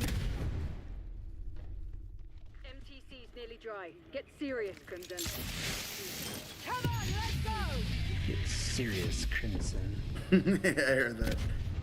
Sounds like it's like a dance teacher. Get serious, Crimson. All right. Let's serve Crimson. It's our dance troupe. Yeah. Time to throw down. Show them what we got.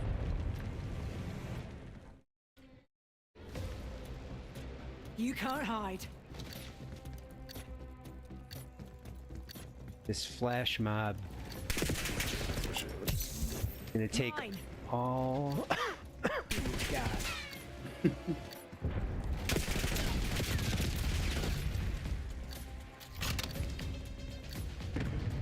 This is ours. I'm just gonna hide out until the flag runs out.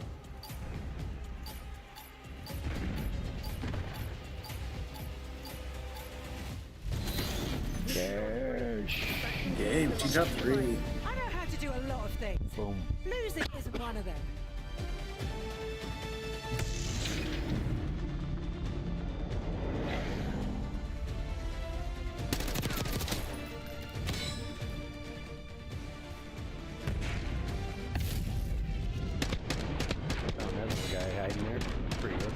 Neutralized.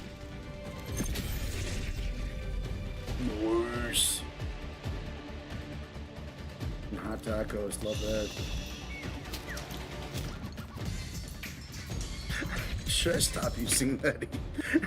The pizza dancing. It's embarrassing, I'm sorry. Ooh, new wood skin.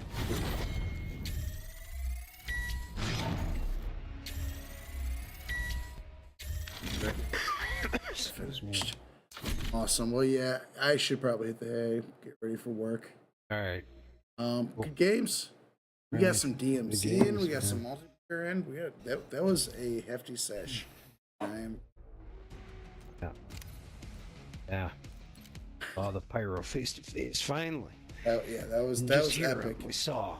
Now we have the taste for pyro blood.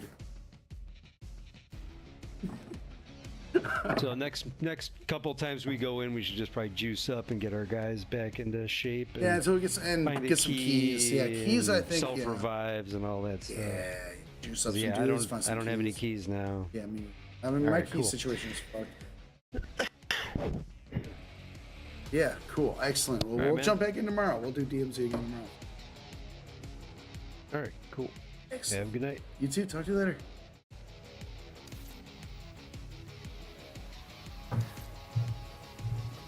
And you. 0 people watching. You have a great